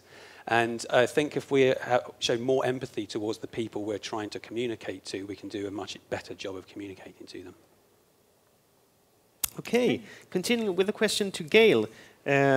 Just before that, I would just raise your hand. How many in the audience are using YouTube for communicating science right now? Oh, excellent. So quite a lot, actually. Yeah? And maybe you should have asked one of those to come up and give the talk. But the question is, which subject has raised the most interest? Which scientific subject? Yeah. Or was it the cat video? Just subject. How do you evaluate? You're scared to do it in case it's too popular. The weather? It kind of depends. I mean, it's quite interesting. We see it as a challenge, actually, to communicate stuff that's not popular in a funny sort of way. And so last year was the 100th centenary, 100th birthday of the discovery of crystallography. And we got a small bit of funding to make some crystallography videos explaining what crystallography was and why it's important and why people should care about it. And the people almost didn't give us the money because they thought it was too difficult. So we kind of thought, right, that's it, that's the job for us. And we produced this little animation about crystallography, and it's gone on to win lots of different awards and various things. It's been translated into Spanish, into French, into Portuguese, I think, gone all the way around the world. And it's quite interesting, because then the crystallographers have come back to us and say, yeah, well, it's really easy, anyone could have done it. Like, it took us a long time. It took us 3 months to make that video. So why did it become so popular? What was the... I think, I don't know, this one was an animation, actually. It was us trying out a bit of a slightly different animation style. And it was a bit quirky.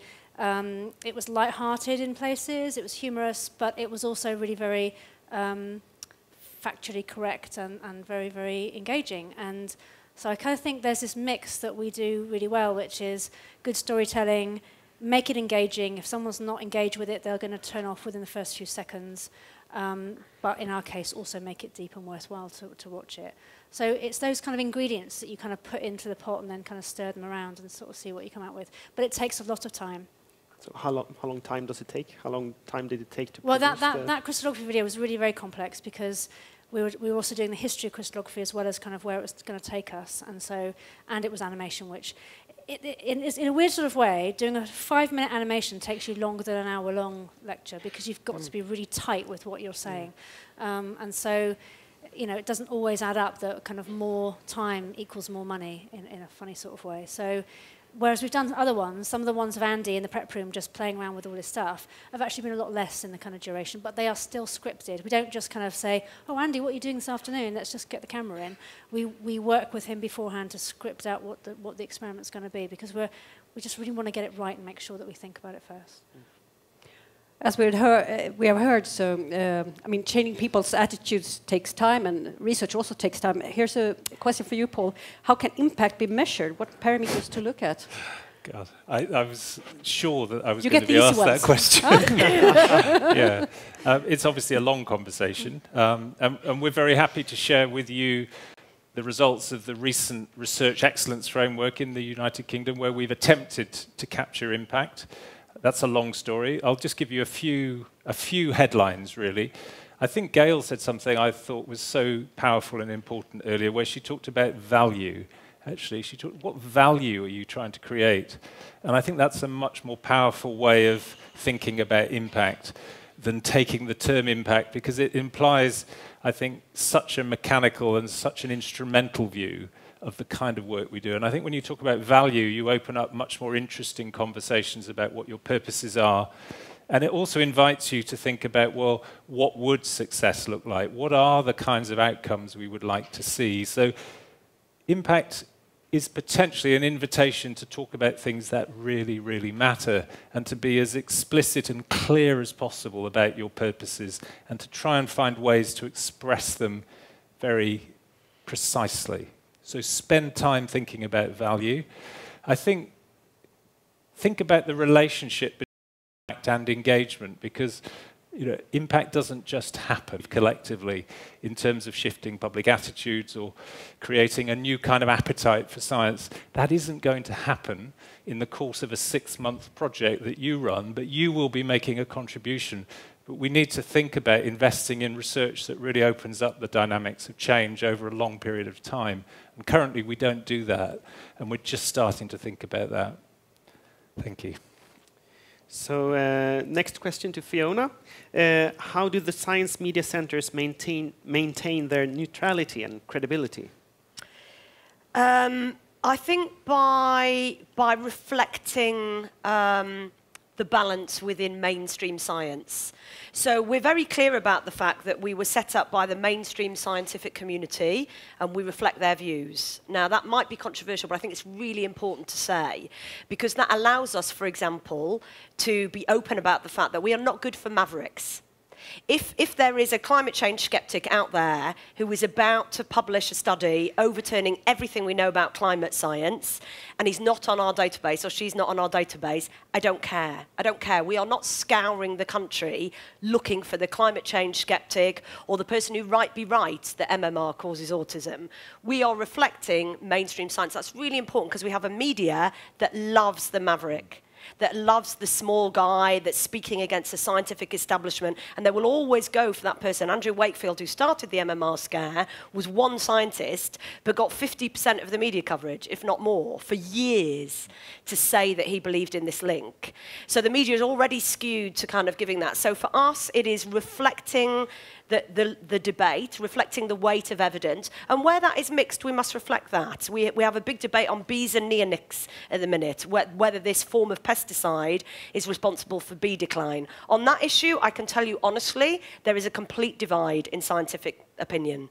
You know, there are 50% on either side. They're both publishing papers. Drugs, cannabis, such a big debate. You've got David Nutt says cannabis is fine. You know, 2 glasses of wine is much worse. You've got Susan Greenfield and others saying cannabis is terrible. They're publishing in peer-reviewed journals. You know, so we reflect both. So I think that's really important that the journalists know that when they come to us, they're not getting one side or something that we think or believe in, but they're getting, and also being right. Chris made this point about post notes, which I love, by the way. Highly recommend the 4 pages. If you get those wrong, the fact sheets that we issue and the briefings, if we get them wrong when we're all about credibility, I mean, maybe it's about modesty as well, but you know, you're not going to be forgiven for that very often. So really putting a lot of time and attention into reflecting the right balance of the debate and getting your facts right and getting really top quality experts. Thank you. Here's an easy question, actually put to Chris Tyler, but maybe all of you could comment on that. Is there truly independent research? I think yes. I mean, you know, if you're trying to find a Higgs boson, you either find it or you don't. But that doesn't really, that's not terribly useful for policy. If you haven't read it, there's a great book by, in front of 400 people, I'm now going to forget her name, aren't I? Heather Douglas. Heather Douglas wrote a book about value-free science, the myth of value-free science.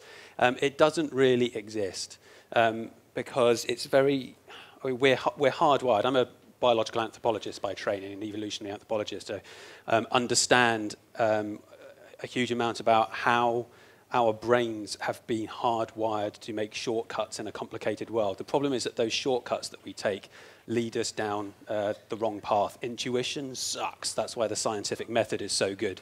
And so there's no such thing as value-free science as a result.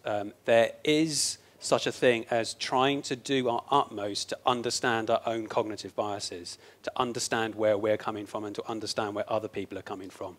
And I would say that the most impressive skill of the science advisors who work for me is their ability to separate their sometimes strongly held political beliefs from their interpretation of the scientific research. It's not an easy thing to do. It takes time, but it is achievable if you put yourself in a system that subjects you to the right questioning. It's about that system. In the same way as the scientific method, I mean, it's essentially, scientific method, simply put from a cognitive psychology perspective, is a way to mitigate our own cognitive biases. And I think that we can be as rigorous as with science advice as we are with the scientific method itself. I'd just like to add one thing, which is that I find this discussion quite interesting because, on the one hand, you know, the science is kind of, you know, supposedly done by people who are being objective about their research, but also from a public engagement point of view, we're always talking about science as being part of culture. And so we're trying to integrate science much more widely and making it kind of much more openly accessible. And there is a tension between those two kind of sides of science, if you like. So I just also think this is a really very interesting area of discussion. Anyone? I think probably no, but I agree with Chris. I think there's more chance of finding it than in any other world I've ever worked with. And in fact, I did journalism for a degree, and I had a very idealised view of journalists as truth seekers, as objective, as independent, as searching for the truth. And I've done lots of jobs, and I've come into science, and I really want to stay in science because I find more people with those ideals, even if they can't live up to them, than I do in journalism, where they follow the line, the editorial line of that particular newspaper, where they campaign, they're campaigning newspapers, so they stick with whatever their campaigning goal is. So I just think, you know, peer review, as everyone everyone says it's like democracy, it's flawed, but it's better than anything else. I totally agree with Chris about politicians being good people, but I hate the election, and we're in the middle of an election in the UK, and you just know that anyone would be sacked immediately if they spoke independently. They are putting out the party's manifesto and the party line, and I just find that really uncomfortable. And I like the fact that scientists have an ideal of searching for the truth, and they have to set out. And actually, I think some of them achieve it. I have sat in the Science Media Centre and heard people presenting their randomised control trial on statins that's taken 5 years, and you really think, do you know what? That is the closest to the truth. They didn't know who was getting what drug. They carried it on for 5 years. They did it in 5 different centres. They spent a year going through the data. They then subjected it to peer review, and 6 years later they published. That's pretty impressive and pretty independent. Paul, would like to add something? Nothing to add. No? Everything is said and done. Okay. So, concluding this session, I would just like to ask all of you, Paul, you had the perspective of 15 years ago from today. Yeah. So, what are your visions for the coming 15 years of public engagement in Britain? Do you have any visions, or are there any challenges you can foresee? Well, I could be controversial. I would actually love to see the phrase public engagement disappear, because I don't particularly like it, and I think it's done its job. You know, I think what's exciting is the way that people are pulling into their professional identity as researchers a real commitment to connecting with the world outside the university. And the ways that they do that are so interesting in different disciplines. And they're so interesting in how different universities make sense of it. And I kind of think the phrase public engagement doesn't do justice to the diversity and the difference and the ingenuity that people are beginning to develop. So forgive me, I run a centre called the National Coordinating Centre for Public Engagement. So I am signing my own death warrant by saying this. But I think, you know, let's keep pushing and let's keep thinking. And always come back to the why question. Really, why are we engaging? What is it for? You know, and I think if we believe in the power of learning, the power of knowledge, the power of conversation to make the world a better place, let's find a new way of talking about that. Let's keep pushing. Let's not get stuck.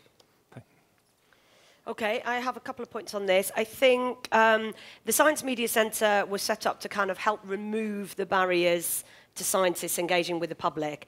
I think we have helped, and I think those barriers have all but disappeared with academia, your ivory tower, and with scientists who work for charities and institutes. It has not disappeared at all with government scientists or industry scientists. So there are thousands, tens of thousands of scientists who work for pharmaceutical companies, chemical companies, thousands and thousands who are employed by the government but doing research science in their institute who do not speak to the media. And I'm close to giving up on them because it's so hard, but I'm not going to, because I think the public are not hearing from a huge number of scientists who are different. They have a different experience, and we are not getting the full story. So that's one. My second thing, which is just to throw out, you know, I'd love to be staying tonight and discussing with some of you, because I know some of you are university press officers. I see it kind of, we've gone full circle. In 12, 13 years ago, some universities, institutes didn't have a science press office. Now they come, and they come from ASDA. I was talking to Paul about this earlier. So they're very corporate, and there's been a real professionalisation of science media relations, and I don't like it. I often find that I'm saying to somebody, this story's in the media, can you put your scientists up? And they say, we've thought about this, and strategically and corporately, we don't think it's in our interest for our scientists to speak about this just now. You couldn't say that to a worse person than me. I hate that. The stuff that Gail talked about the responsibility, if those scientists that you work with know the answers and have 30 years of experience on that story, and it's all over the papers, and the public are worried about it, there needs to be a kind of a stick that bends towards saying, yes, we will make them available. And I see a stick moving in the other direction, and it really worries me. Okay, 3 things. Scientists are always banging on about how policymakers need to think about the systems, but are very bad at recognizing that they themselves are part of a societal system. And I think science needs to be more integrated in a wider range of aspects of our lives.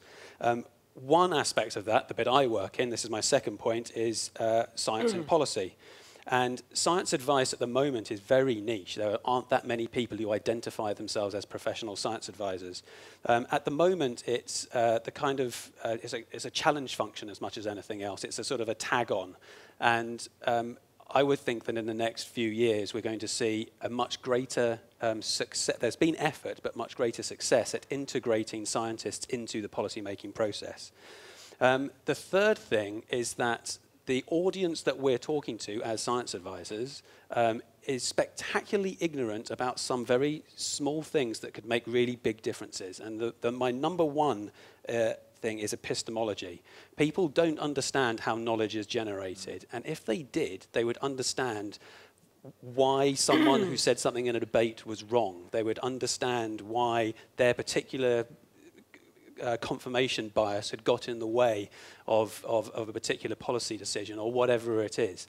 But at the moment, it's very hard to cut through that lack of self-awareness of our own cognitive frailties. And until we teach epistemology in schools, we're not going to beat that. I like that. Because I've had the benefit of going last and I still don't know what to say. This is quite embarrassing. On the one hand, I kind of feel a bit... we have a couple of historians at the Royal Institution, and so we have all this rich resource of going back to over 200 years of looking at styles and methods of science communication, and lots of stuff just comes in cycles and fashions, actually. And some of the stuff that we're discussing today, maybe not the kind of technologies and all that kind of stuff, but some of the basic things have been discussed 50 years ago, 100 years ago, 150 years ago. And so I kind of feel like, okay, here we go again, along the next kind of loop of the lap, But on the other hand, I'm also very excited. I am excited about the new technologies that affords us in terms of actually coming up with new different things. YouTube is only 10 years old, and I mean, it's amazing. It's transformed everything. And what's going to be there in another 10 years? We just don't know. So I think we do need to kind of keep an eye out and kind of think of things outside science that affect the ways that we work. Keep our eyes and ears open, and try and be a bit like magpies, I guess, and try and steal ideas from cross disciplines. And just kind of be very creative. So I think, in line with Paul, let's just keep being creative. Right. Thank you very much for an interesting panel discussion, and also for sharing your experiences and recommendations with us. Before we finish, I would like to welcome Anna Maria Fleetwood on stage from the Swedish Research Council.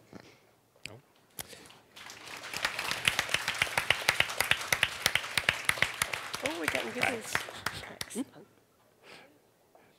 I will give you a microphone.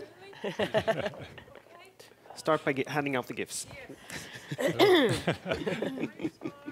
An umbrella. Yes.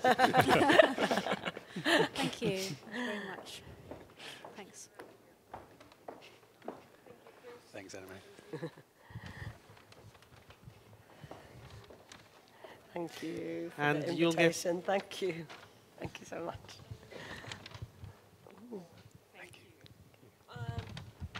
Well, I hope that you had an interesting day and also entertaining day. They are brilliant speakers. They are not just giving us a lot of input and information and experience and sharing this. They are also doing it. They are brilliant science communication policers. And I would say, look at this dream team. Huh? Thank you very much. I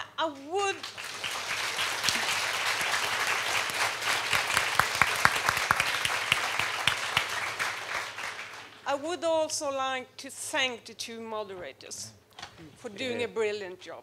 Thank you very much. Thank you. Thank you. Okay, and now it's off to the opening session or ceremony.